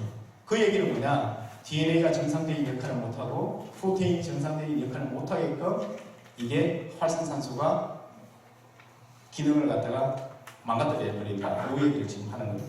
그래서 그런 역할들을 가지고 간다는 겁니다. 다음, 또 넘어갈게요. 그래서 술 많이 마시는 사람들이 이거 보면 심장 군데군데 허옇게 돼 있잖아요. 이게 뭐냐? 심장에 핏줄이 전부 다 막혀서 그런 거예요. 네, 막혀서. 자, 여기 보십시오. 당뇨병 환자가 회식을 했어요. 밑에는 정상인 사람이고 위에는 당뇨병 환자예요. 근데 같은 회사에 다녀서 오늘 팀장님이 회식을 하러 가자. 가서 술을 폭탄주를 한 잔씩 돌렸어. 그러고 나서 이 사람의 혈당을 갖다 12시간 지나서 재본 거예요. 근데 정상적인 사람들은 혈당이 거의 유지가 안정되게 낮게 유지가 되고 있잖아요. 근데 위에 있는 사람은 이게 춤을 추고 있죠. 그죠? 높은데도 높으면서 이게 춤을 추고 있잖아요. 그래서 당뇨병을 가지고 있는 사람한테서 가장 위험한 것 중에 하나가 저혈당 쇼크로 죽는 사람들이 많습니다. 사실. 그래서 당뇨병을 가지고 있는 사람들이 저혈당 쇼크로 죽는 사람들이 대부분이 술 마시는 사람들이에요. 왜? 아까 제가 뭐라고 했어요? 술을 먹으면 혈당을 낮춘다고 했잖아요. 낮추는 그 역할을 하는데 우리가 당뇨병을 가지고 있는 사람은 항상 사탕을 가지고 다니라고 초콜릿을 가지고 다니라고 하지 않아요. 그 이유가 뭐냐니까 내가 당이 떨어지면 머리가 어지럽고 내가 막 무기력해지고 그런다고. 그때 빨리 보충을 해 먹어야 되거든요. 근데 이제 문제는 뭐냐? 알코올을 섭취하는 사람들은 혈당 떨어뜨리는 속도가 급속하게 떨어지거든요. 그리고 올라갔다 급속하게 이렇게 떨어지는 플럭추에이션이 심하단 말이에요. 파도를 높게 이제 치기 때문에 여기에서 오는 그 샤디 스트레스가 이제 몸속에 오는 거죠. 그 혈당이라고 하는 것은 내 혈당이 우리가 피 흐름이 30초만 안 가도 내 세포가 죽기 시작합니다. 1분이 딱 시작하면 내 세포는 완전히 죽기 시작해요. 그 정도로 혈당은 내 세포가 자라는데 우리 몸속의 조직이 세포가 자라는 데 있어서는 절대적으로 필요한 거예요. 그러니까 많으면 안 되지만 적어도 안 된다고 하는 그 얘기가 됩니다. 그래서 이제 마지막으로 이제 제가 말씀드린 오늘 이제 메인 얘기가 이 생식 능력인데 실질적으로 이게 정말 저도 이걸 하면서 정말 남자한테도 이게 영향을 미칠까? 미칠까? 제가 알고 있기로는 정자의 운동성이라든지 정자의 기능에 가장 영향을 미치는 건 온도로 얘기를 듣고 왔고 배워왔어요. 저는. 그러니까 남자들이 나중에도 그런 데이터가 나오는데 남자들이 사구 팬티 있잖아요.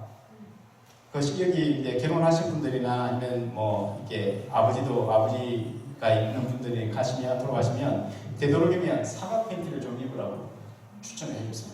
삼각 팬티 딱 달라붙는 거 있잖아요. 그건 별로 남자들은 좋지 않습니다. 사실.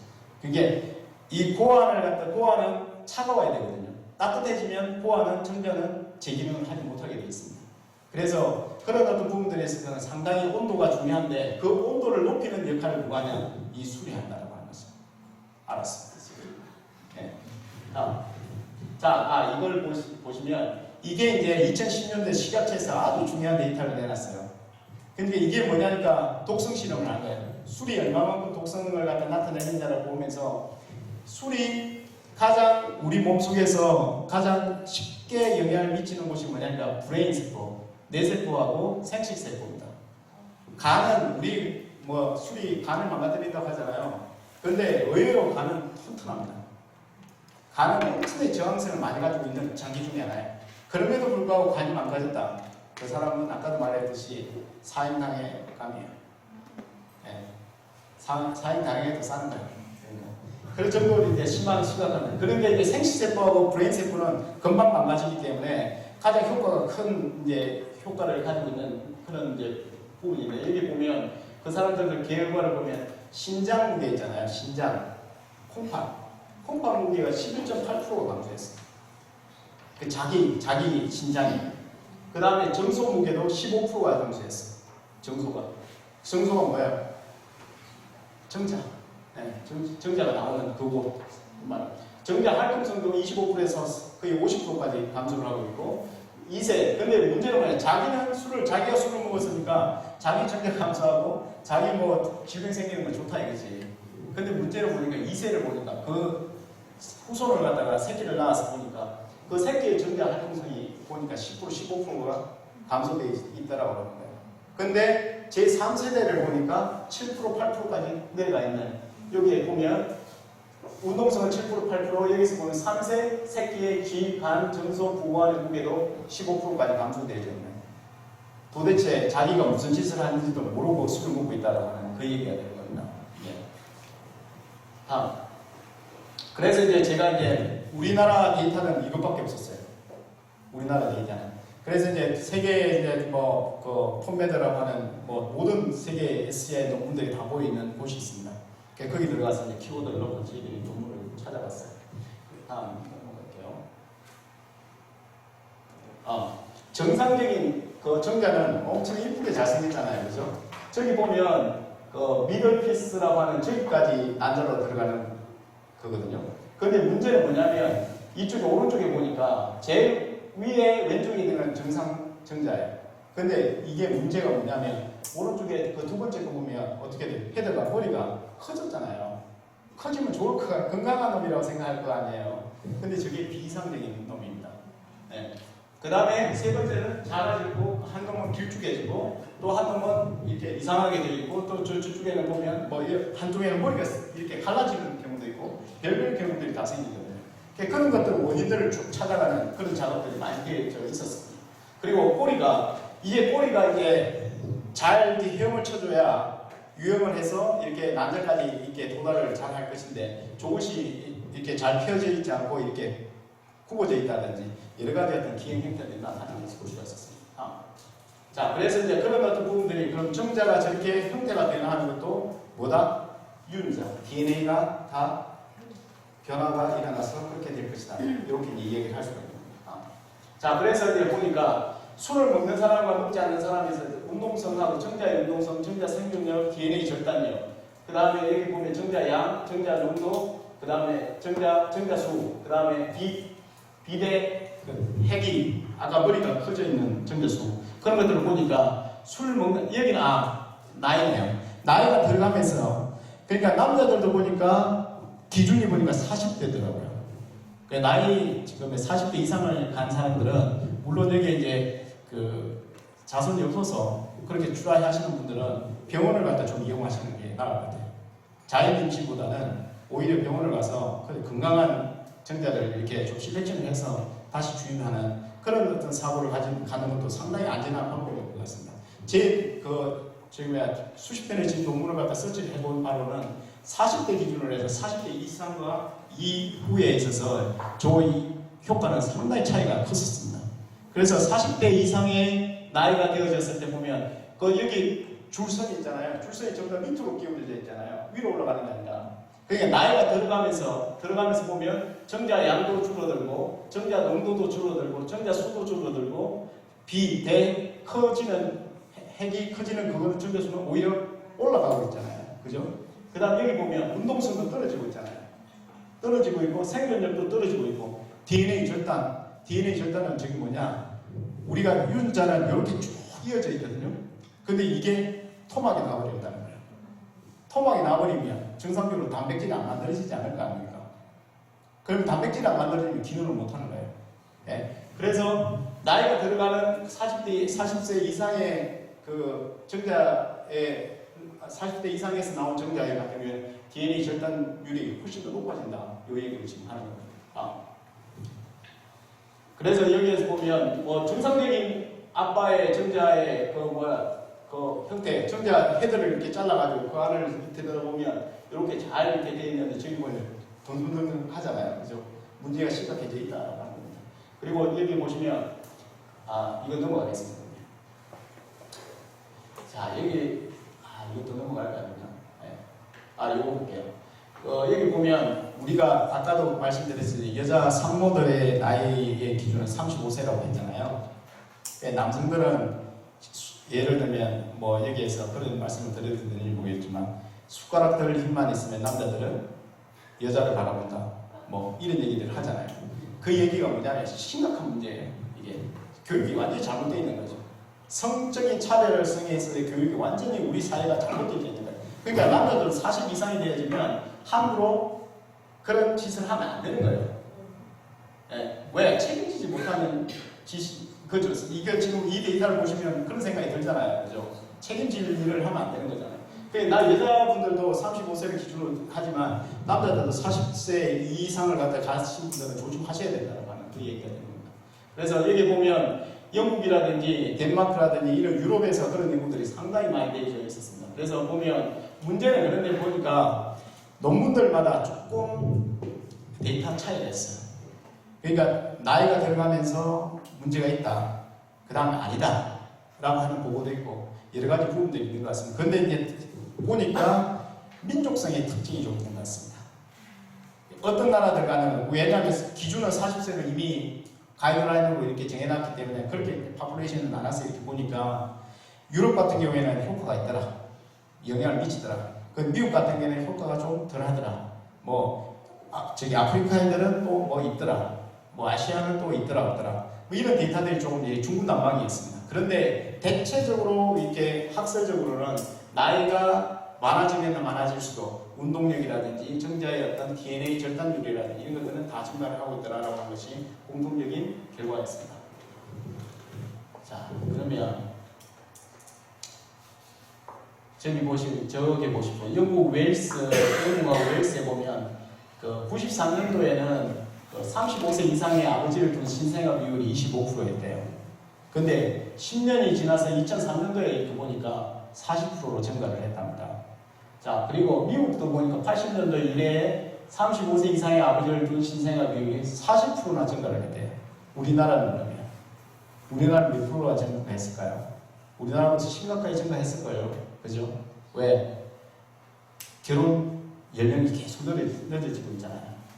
늦어지고 있고, 그 다음에 자신이 갖다가 못 놓는 불임률이 또 증가를 하고 난임률이 증가를 하다 보니까 계속 애기 놓는 그 시기는 늦춰질 수밖에 없는 그런 거죠. 그러면 우리나라 같은 경우에는 아마도 이것보다 훨씬 더 높았으면 높았지 덜하지는 않겠다, 이런 생각을 할 수가 있습니다. 자, 여기를 앞쪽에 보여주십시오. 여기 보시면 나이, 여기 보시면 30세 이하, 31세부터 40세까지 40세 이상으로 보십시오. 그리고 DNA 절단율을 본 거예요. 쭉 올라가죠, 그죠? 올라가고 있습니다. 그러니까 40세만 넘었으면 DNA가 이렇게 쪼개지는 그 현상들이 상당히 높게 일어난다고 하는 것이 미국 데이터에서 지금 나오고 있습니다. 그 다음에 여기 보면 알코올, 술을 먹는 사람하고 정맥류 이상을 가지고 있는 사람에서 청자 DNA 손상이 좀 덜하는 것인데, 우리가 이쪽에 보면 왼쪽 남자들 이 정소에 보면 왼쪽에 이렇게 보면 이렇게 피가 이렇게 흘러 내려오는 정맥이 있습니다. 근데 거기가 잘못이 생기면 뭐 열이 많이 난다든지 아니면 고지혈이 있다든지 하면 막히겠죠. 막히게 되어지면 정자로 정상적인 피가 에너지가 전달이 안 될 거 아니에요. 그렇게 되면 그런 사람들이 상당히 남자들이 많습니다. 근데 우리나라에도 많고, 그런 사람들을 상대로 해서 알코올의 섭취율을 가지고 이제 실험을 해본 거죠. 실험을 해보니까 알코올 섭취를 한 사람들에서 보니까 여기 보면 24.1%까지 증가를 하고 있습니다. DNA가 잘리는 그 율이. 예. 그러니까 24.1%면 5명 중에 1명이라는 소리예요. 예. 그 정도 높다고 하는 얘기가 되었습니다. 자, 여기서도 보면, 그래서 이제 DNA가 정말 잘려 나가는지, 그 다음에 그 세포가 죽어 나가는지는 이제 확인하는 시커먼 실험을 해보니까 이쪽에 파란색이 있는데 여기는 깨끗하잖아요. 근데 저쪽에 파란색이 있는데 많이 시프트가 되어 있죠. 전환이 되어 있죠. 그래서 이게 좀 더 죽어 나가는 그런 세포들이 되겠습니다. 유전자들이 되겠습니다. 자, 여기서도 마찬가지로 잘 보이지 않지만 DNA, 알코올에 대한 DNA 손상의 개선, 손상 정도를 이렇게 보면, 우리가 여기서 보면 셀룰폰, 이거 헤드폰 10년 이상 이렇게 사용을 하게 되어지면 저쪽에 보면 오더레이스가 0.02%가 줄어들고 뭐 하는 것들. 그 다음에 저기 사과 팬티를 입었을 때 떨어지는 것들. 그 다음에 저기 레드 와인, 우리가 적포도주 몸에 좋다고 얘기를 하잖아요. 적포도주를 마시는데 보면 정자 운동성이라든지 저런 것들이 떨어져 있는 것을 볼 수가 있습니다. 그러니까 우리한테 술이라고 하는 것이 한 면만을 보고 있잖아요. 어떤 수치 하나를 갖다 올리고 낮춘다고 하는 그 기준으로 보면 절대 안 된다고 하는 그 얘기를 지금 하는 겁니다.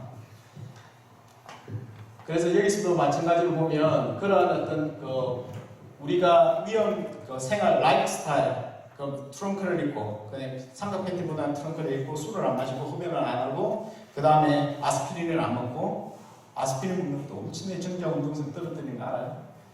머리 아프다고 아스피린 함부로 마시라고 하는 겁니다. 네.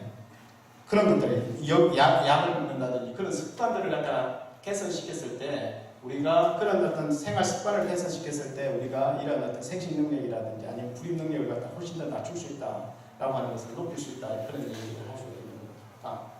자, 여기서도 마찬가지입니다. 근데 이제 문제는 뭐냐, MDA라고 하는 이것이 뭐냐니까, 아까 술을 많이 먹였을 때 아우에서 활성산소가 증가한다고 했잖아요. 그 활성산소를 측정하는 기준 중에 하나가 MDA라고 하는 물질입니다.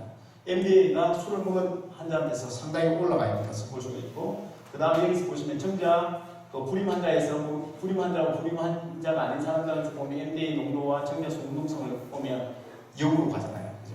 정자 운동성이 떨어지고 있고 숫자도 떨어지고 활동성도 떨어지고 있는 것을 볼 수가 있습니다. 저기서도 마찬가지입니다. 저기서도 정자 형태, 모폴로지, 생김새 이상이 생기는 경우에도 이렇게 보면 정상적인 게 아니라 이상으로 떨어지고 있고, 저쪽에 보면 정자 양은 떨어지고 이상은 증가를 하고 있는, 그러니까 이상 발생률이 증가를 하고 있는 그런 상황을 볼 수가 있습니다. 그래서 여기 보시면, 저기 이제 보시면 알코올이 사실은 널리 이제 위험 형태로 알려져 있지만, 저 얘기가 뭐냐면, 남성들한테 있어서의 생식 능력에 알코올이 미치는 효과는 아주 상반된 주장들이다. 전 세계적으로. 어떤 것이 옳은지는 모르겠다. 그래서 이 사람들이 지금까지 나온 수만 편의 논문들을 갖다 전부 다 메타 분석을 한 거예요. 다 모아서 그것들을 좀 더 분석을 해보니까 아니더라. 그래도 우리가 근거 중심으로 가보니까 술을 먹는 사람한테 있어서는 정자 운동력이라든지 양이라든지 정자 양이라든지 아니면 기형아 발생률이라든지 그 사람의 DNA에 어떤 이상이라든지 그런 것들이 다 올라가더라. 그 얘기를 지금 이제 리뷰 논문으로 이제 내놓은 그 결과가 있습니다.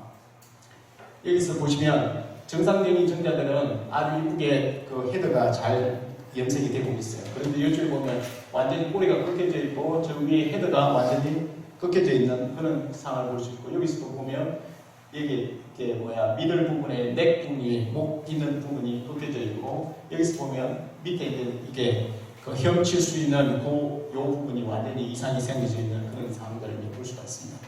그래서 우리가 저쪽에서 보면 술을 갖다 먹은 사람들한테 보면 정자 머리가 이상이 생기는 경우 abnormal 헤더의 발생률이 12%까지 올라가고 있고 그 다음에 여기 보면 꼬리가 이상이 생기는 경우는 19%까지 올라가 있고 그 다음 토탈 abnormal sperm 비정상적인 스펌의 발생률이 31%까지 올라가고 있더라. 술 마시니까 그런 데이터들이 지금 그 덴마크에서 이제 나온 그런 데이터들이 있습니다. 그래 여기 보면 정상적인 저기 그 난자입니다. 난자인데 성숙 난자인데 이쪽에 오른쪽이 이제 정상 난자고 이쪽에 그는 전부 다 비이상적인 난자가 되어 있습니다. 술에 노출되어 있는 난자들이 있습니다. 하나 더 눌러주세요. 여기 보면 습관적 음주를 하는 사람들의 정자 농도의 감사를 이렇게 보니까 이쪽에 보면 처음에는 좀 올라가는 것처럼 보이는데 나중에 가면 뚝 떨어지는 그런 상황을 보이고 하나 더 눌러주세요. 여기 보면 그 테스토스테론이라고 하는 남성 호르몬 있죠. 남성 호르몬이 이거는 좀 주장이 상반되는 것 같아요. 원래 제가 재작년에가 와서 발표할 때는 제가 술을 많이 먹는 사람은 테스토스테론 호르몬이 떨어지고 에스트로겐 여성 호르몬이 증가한다고 얘기를 했거든요. 근데 그 비율은 맞습니다. 근데 문제는 뭐냐면 여기에서도 보면 테스토스테론 호르몬이 증가를 하고 있잖아요. 근데 이 주장은 감소한다고 하는 연구보고도 있었고 올라간다고 하는 연구보고도 있었습니다. 어떤 것이 맞는지는 잘 모르겠어요. 근데 에스트로겐하고 테스토스테론 남성 호르몬 간의 비율은 이렇게 역전되는 건 맞습니다. 그게 술을 많이 마시면 여성 호르몬은 올라가요.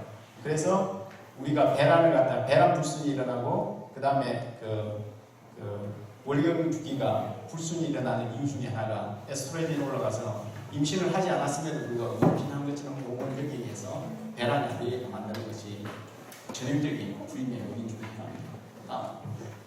이거 넘어가도록 하겠습니다. 똑같은 얘기들이에요. 네. 넘어갈게요. 여기서도 똑같은 얘기인데 여기 농도들 보면 커피도 마찬가지예요. 커피도 여기 보면 엄마가 커피를 임신 중에 마셨을 때 그 정자의 농도가 이렇게 역으로 떨어지고 있고 그 다음 운동성도 떨어지고 있고 형태도 떨어지고 있는 것을 볼 수가 있습니다. 다음 이거 넘어가겠습니다. 넘어갈게요. 그래서 이 데이터는 이제 마지막 데이터인데요. 앞에 데이터는 이제 외국 데이터들을 이제 가지고 얘기해 주는 거고 그래서 이제 우리가 국민건강영양조사가 있고 그 다음에 우리한테는 안성 코호트가 있어요. 엄청나게 10만 명 이상이 되어지는 대용량 코호트가 있습니다. 이것만큼 좋은 데이터거든요. 그것들을 가지고 다시 분석을 해봤습니다. 그래서 저기에 보면 제일 위에 보면 잘 보이지 않지만 low, mid, high라고 해요. 그걸로 해서 음주량으로 적게 먹는 사람, 중간쯤 먹는 사람, 많이 먹는 사람 이렇게 나눠봤습니다. 나눠보니까 여기 밑에 이게 다음 슬라이드에 한번 넘겨보실래요? 여기 보면 DM 발생률을 봤습니다. DM 발생률을 이렇게 보니까 BMI가 아까 비만도라고 했잖아요. 우리나라 사람들은 비만도가 그렇게 높지 않지 않아요. 그죠? 미국은 비만 기준이 30입니다. 우리나라는 비만 기준이 25잖아요. BMI 많이 들어보시잖아요. 근데 그게 맞냐? 우리나라는 25로 하고 왜 미국은 30으로 할까? 그러니까 좋다. 너네 덩치 크고 그렇게 하니까 좋다 이거지. 근데 문제는 뭐냐면 걔네들은 우리 보고 더 나아가서 23으로 떨어뜨리려고 합니다. 그러면 23으로 떨어뜨리면 그 사람들이 조기에 약물도 치료하고 뭐 중재도 하고 그렇게 하면 당뇨병은 비만 발생률은 낮아지겠죠. 낮아지겠는데 문제는 뭐냐? 국가적으로 봤을 때는 의료비가 많이 들어가요. 지금도 우리나라 사람들 조금만 그러면 진단하러 가고 병원 가서 진단하고 약 타먹고 계속 그렇게 하시잖아요. 그렇게 하면 그걸 갖다 천문학적인 그 숫자를 갖다 우리가 충당을 못하는 어려움이 더 많고 나겠죠. 그렇게 하면 23으로 낮출 수가 없는 거예요. 그러니까 그게 이제 이율배반이라는 겁니다. 국민 건강을 생각하면 23 아니면 21까지도 낮춰야 되는 거죠, 사실은. 그런데 그렇게 할 수가 없는 거죠. 그래서 일본 같은 경우에는 23으로 오히려 안 낮추고 우리하고 비슷하잖아요. 체형이. 그럼에도 일본은 27까지 올렸어요. 왜? 국가 재정이 안 되는 거예요. 이게. 예. 그래서 우리나라도 저 같은 경우에도 그러면 27까지 올려야 되는 거 아니냐. 그렇게 해서 23으로 나누고 23에서 25로 나누고 25에서 27로 나누고 27에서 30으로 30 이상으로 나눴을 때 그 절대값들이 변하는지를 좀 조사를 해보면 되잖아요. 그렇게 해보니까 25를 기준으로 하나 27을 기준으로 하나 변화 없습니다. 그 얘기는 뭐냐면 우리나라도 27, 일본처럼 27로 가도 사실 별반 상관이 없다. 이 얘기를 지금 할 수 있는 거죠. 근데 그렇게 가져가면 일반 국민들이라든 그런 사람들이 또 이제 악용을 하는 거죠. 너네들 도대체 정책이 어떻게 건강정책을 그렇게 쓰냐 이렇게 나오는 국가적인 입장에서는 그렇게 한데 국민들의 입장에서도 그렇게 못하는. 그래서 25를 유지하고 있습니다. 그런데 우리나라는 비만, 당뇨병을 가지고 있는 사람이 비만율이 49%입니다. 그 당뇨병 환자들 중에서 100명 중에 41명, 50%는 비만을 가지고 있어요. 옛날에는 우리나라 5%밖에 안 됐어요. 최근에 비만율이 많이 증가하면서 그렇게 된 거고, 미국은 당뇨병 환자 중에 90%, 87%가 비만입니다. 우리나라하고 미국과 완전히 다른 얘기예요. 그러니까 근데 우리나라 당뇨병 그 치료약, 당뇨병 중재법, 치료기술 어디 것 같았습니까? 우리나라에 있어요? 우리나라에서 개발한 약이 있어요? 아니거든요. 미국인들이 한테 맞는 그 당뇨병 약, 당뇨 중재약, 중재법, 중재치료기술 그대로 갖다가 우리나라 의사들이 그대로 쓰고 있거든요. 그렇게 하다 보니까 우리나라 당뇨병 치료율이 높냐? 안 높습니다. 혈당 조절률이 우리나라는 10명 중에 3명밖에 안 돼요. 3명밖에, 미국은 4명, 5명이 되는데 우리는 3명밖에 혈당 조절률이 안 되더라는 거예요. 그 얘기는 뭐냐면 우리나라가 미국인들하고 우리나라는 특성이 다르기 때문에 우리나라 자체의 당뇨 중재법이 있어야 된다고 하는 거예요. 그래서 그것들을 갖다 저희들이 돈을 만들어서 작년부터 이제 우리나라 한국형 당뇨 중재 프로그램을 만들고자 했습니다. 그런데 문제는 뭐냐면 아까 당뇨병 환자들 중에 49%는 비만 환자인데 비만 환자라고 했는데 그럼 나머지 51%는 비비만이죠. 정상 체형이잖아요. 정상 체형 또는 마른 사람이에요. 그러면 우리나라 사람의 특징은 미국인과 달리 마른 체형들이 많다. 당뇨병 환자들 중에서 마른 당뇨병이 많은 거예요. 비만 당뇨병이 아니라 그것도 많지만 마른 당뇨병도 그만큼 많다는 거예요. 그러면 미국인들은 마른 당뇨병에 대한 중재법이 없어. 그 우리나라에 맞는 마른 당뇨에 해당하는 사람들의 중재법을 만들어내야 돼서 저희들이 BMI 23 이하와 25로 나눠서 이렇게 보니까 비만한 사람과 비만하지 않은 사람을 나눠서 음주를 갖다가 같이 먹이는 사람들을 나눠서 본 거예요. 그렇게 봤더니만 비만한 사람한테서 보면 음주를 로우 하나, 적게 먹나, 중간에 먹나, 많이 먹나, 당뇨병 발생률에 있어서는 여기 절대적인 수치는 1.1배, 1.2배, 1.3배 올라가지만 여기 유의성이 나타나잖아요. 유의성이 1 이상이어야 되는 거거든요. 근데 여기는 0.8, 0.8, 0.9 이렇게 돼 있잖아요. 그리고 이거는 유의성이 통계적인 유의성이 없다고 보는 겁니다. 그래서 이 데이터는 신뢰를 하지 못해요. 그래서 비만한 사람한테는 음주를 한다 하더라도 로우한 사람이든 중간은 음주를 하든 많은 음주를 하든 비만한 사람한테 음주가 큰 영향을 미치지 못한다는 얘기입니다. 근데 여기에 그 23 이하 마른 사람한테서 이렇게 보니까 여기 보면 1.74배까지 올라가잖아요. 이게 뭐예요? 헤비, 그러니까 고위험 음주를 하는 사람들 같은 경우 당뇨병 발생률이 1.7배가 올라간다고 하는 겁니다. 여기는 지금 1 이상으로 올라가 있잖아요. 이게. 이것이 뭐냐니까 우리나라 사람들 같은 경우에는 마른 사람들한테 그 뚱뚱한 사람을 놓고 마른 사람한테 놓고 같은 소주 한 잔을 주게 되어지면 뚱뚱한 사람들은 아까 제가 이제 뚱뚱한 사람들은 자기 방어 기작들이 잘 되어 있거든요. 이게 팻도 많고 막 이게 근육 양도 마른 사람에 비해서 많아요. 많다 보니까 이 사람들은 나름에 있어서 자체적인 일시적인 방어 기작이 있어요. 근데 마른 사람들은 이 술안주를 방어를 못하는 거다. 네. 대사증후군, 여기에서 당뇨만 보여줬지만 대사증후군 발생률은 중간에서부터, 중간을 술을 마시는 사람에서부터 마른 체형에서 나타납니다. 그 비만 체형에서 나타나잖아요. 그래서 우리나라 사람들한테 음주라고 하는 것은 뚱뚱한 사람보다는 마른 사람한테 더 위험한 건강행태 위험 요인이다. 이 얘기를 지금 저희들이 하는 겁니다. 요 데이터가 이제 사실은 나가면 상당히 진짜 전 세계적으로, 아니면 우리나라뿐만 아니라 전 세계적으로 상당히 중요한 데이터가 될 거라고 저희들이 생각합니다. 그래서 이런 데이터들을 이제 저희들이 만들어서 선생님들한테 이제 국민들한테 내주면, 그러면 우리나라 사람들은 그 당뇨병이라든지 대사증후군이라든지 심혈관 질환을 가지고 있는 사람들 전부 다 뚱뚱한 사람만 생기는 질병이라고 생각했는데 아니옵시다. 많은 사람들이 당뇨병 생기는 사람 너무 많고 대사증후군 가진 사람 너무 많고, 그런 사람들이 술, 담배 먹으면 리스크가 훨씬 더 높음에도 불구하고 이 사람들은 관리 안 하고 맨날 뚱뚱한 사람들은 자기가 가서 병원 찾아가는데 많은 사람들은 자기가 당뇨라고 생각도 못하고 있는 거예요. 우리나라 사람들이 당뇨병임에도 불구하고 당뇨병을 인지하지 못하는 비율이 33%에 달합니다. 그런데 문제는 뭐냐면 나이가 드신 50대, 60대, 70대 분들은 70%, 80%가 다 자기의 당뇨병을 가지고 있으면 인식을 다 하고 있어요. 근데 30대, 40대는 10명 중에 3명밖에 인식을 못해요. 70%는 당뇨병이 있음에도 불구하고 30대, 40대 젊은 사람들은 당뇨병이라고 생각을 안 해요. 그 대부분의 사람들이 의리난 사람이에요. 마른 사람들이에요. 그러니까 이 사람들을 어떻게 조기에 검진하게끔 만들고 조기에 병원을 찾아가게끔 만들 것이냐, 그 얘기죠. 그럼 이런 근거들을 제시를 해주고 홍보를 해주고 교육을 해줘야만이 그 사람들이 나도 그럴까 하면서 검진을 받을 거 아닙니까? 가서 테스트를 받을 거 아닙니까? 그런 것들이 오히려 국민 건강에 그 다음에 국가적인 어떤 건강 관리를 하는 데서 상당히 중요한 데이터가 될 것이다.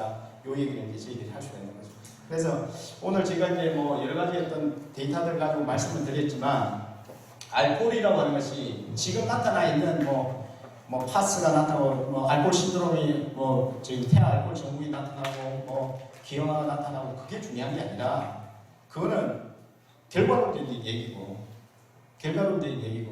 그 이후에 그 원인들을 갖다 정확하게 밝혀서 알코올의 위험성을 갖다 먼저 제시를 해줄 수 있는 데이터 생산이 국가적으로 일어나야 되고, 모든 사람들이 그걸 근거로 해서 대국민 교육을 시켜주고 홍보를 해준다고 한다면 조금 더 효율적인 금주 정책을 만들어낼 수 있고, 그 다음에 우리 그 사회에서 건강 행태의 실천도가, 행태 위험도의 어떤 실천도가 좀 높아지지 않을까, 그런 생각을 저는 개인적으로 가지고 있습니다. 그래서 오늘 뭐 여러 가지 장시간 동안 얘기를 드렸지만, 이런 부분들이 앞으로 절제에서 해 나가는 어떤 사업들에 있어서 조금 도움이 되고 여러 가지 어떤 부분들에서 효과가 있기를 저는 기대를 해봅니다. 이상입니다.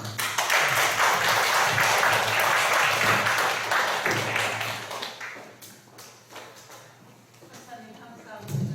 오늘 장시간 너무 귀한 장면 감사하고, 우리 또 끝나고 같이 기념 촬영하고 아리채 식사 간담회 나누겠습니다.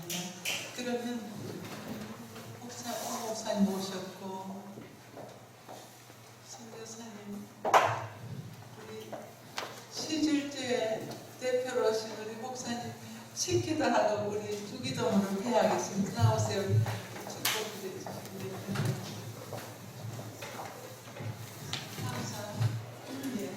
기도하고 같이 축복시고 기도 같이 해주세요. 사랑의 하나님, 감사를 드립니다. 하나님께서 이 땅에 1년 내내 하나님의 수고로 인하여서 풍성한 오곡백과 곡식들을 익혀주시고 하나님의 백성들과 많은 사람들 풍성케 하여 주심을 감사를 드립니다. 오늘 시절제를 통하여서 하나님 많은 것을 배웠습니다. 배운 것 그냥 잊어버리지 않게 하시고 세상에 나가서 증거하며 살게 하여 주옵소서. 또한 하나님 이후에 준비된 식탁 위에 하나님께서 은혜를 내려 주옵소서. 성경에 말씀하시기를 하나님께서 베푸신 모든 것이 치료제의 약재료가 된다고 말씀하셨사오니 하나님 그 말씀대로 이루어지어서 먹는 자들마다 건강한 삶을 살아가는 은혜를 허락하여 주시옵시고 하나님께서 생명의 날을 주신 이 날들을 보람 있게 영광되게 하나님 성령에 이끌려서 온전히 살아갈 수 있도록 하나님 은혜 내려 주옵소서. 우리를 구원하신 예수 그리스도로 받들어 감사하며 기도드렸습니다. 아멘. 이런 주기도문으로 해야겠습니다. 하늘에 계신 우리 아버지, 이름이 거룩히 여김을 받으시는 나라의 마옵시며 주시 하늘에서 이룬 것 같이 땅에서 이루어지이다. 오늘 우리에게 이를 영생을 주시고 우리가 우리에게 죄진 죄를 사하여 준 것 같이 우리 죄를 사하여 주시고 우리를 시험에 들게 하지 마옵시고 다만 악에 쓰옵소서. 내게 나라와 은혜와 영광이 아버지께 영원히 있사옵나이다. 아멘. 감사합니다.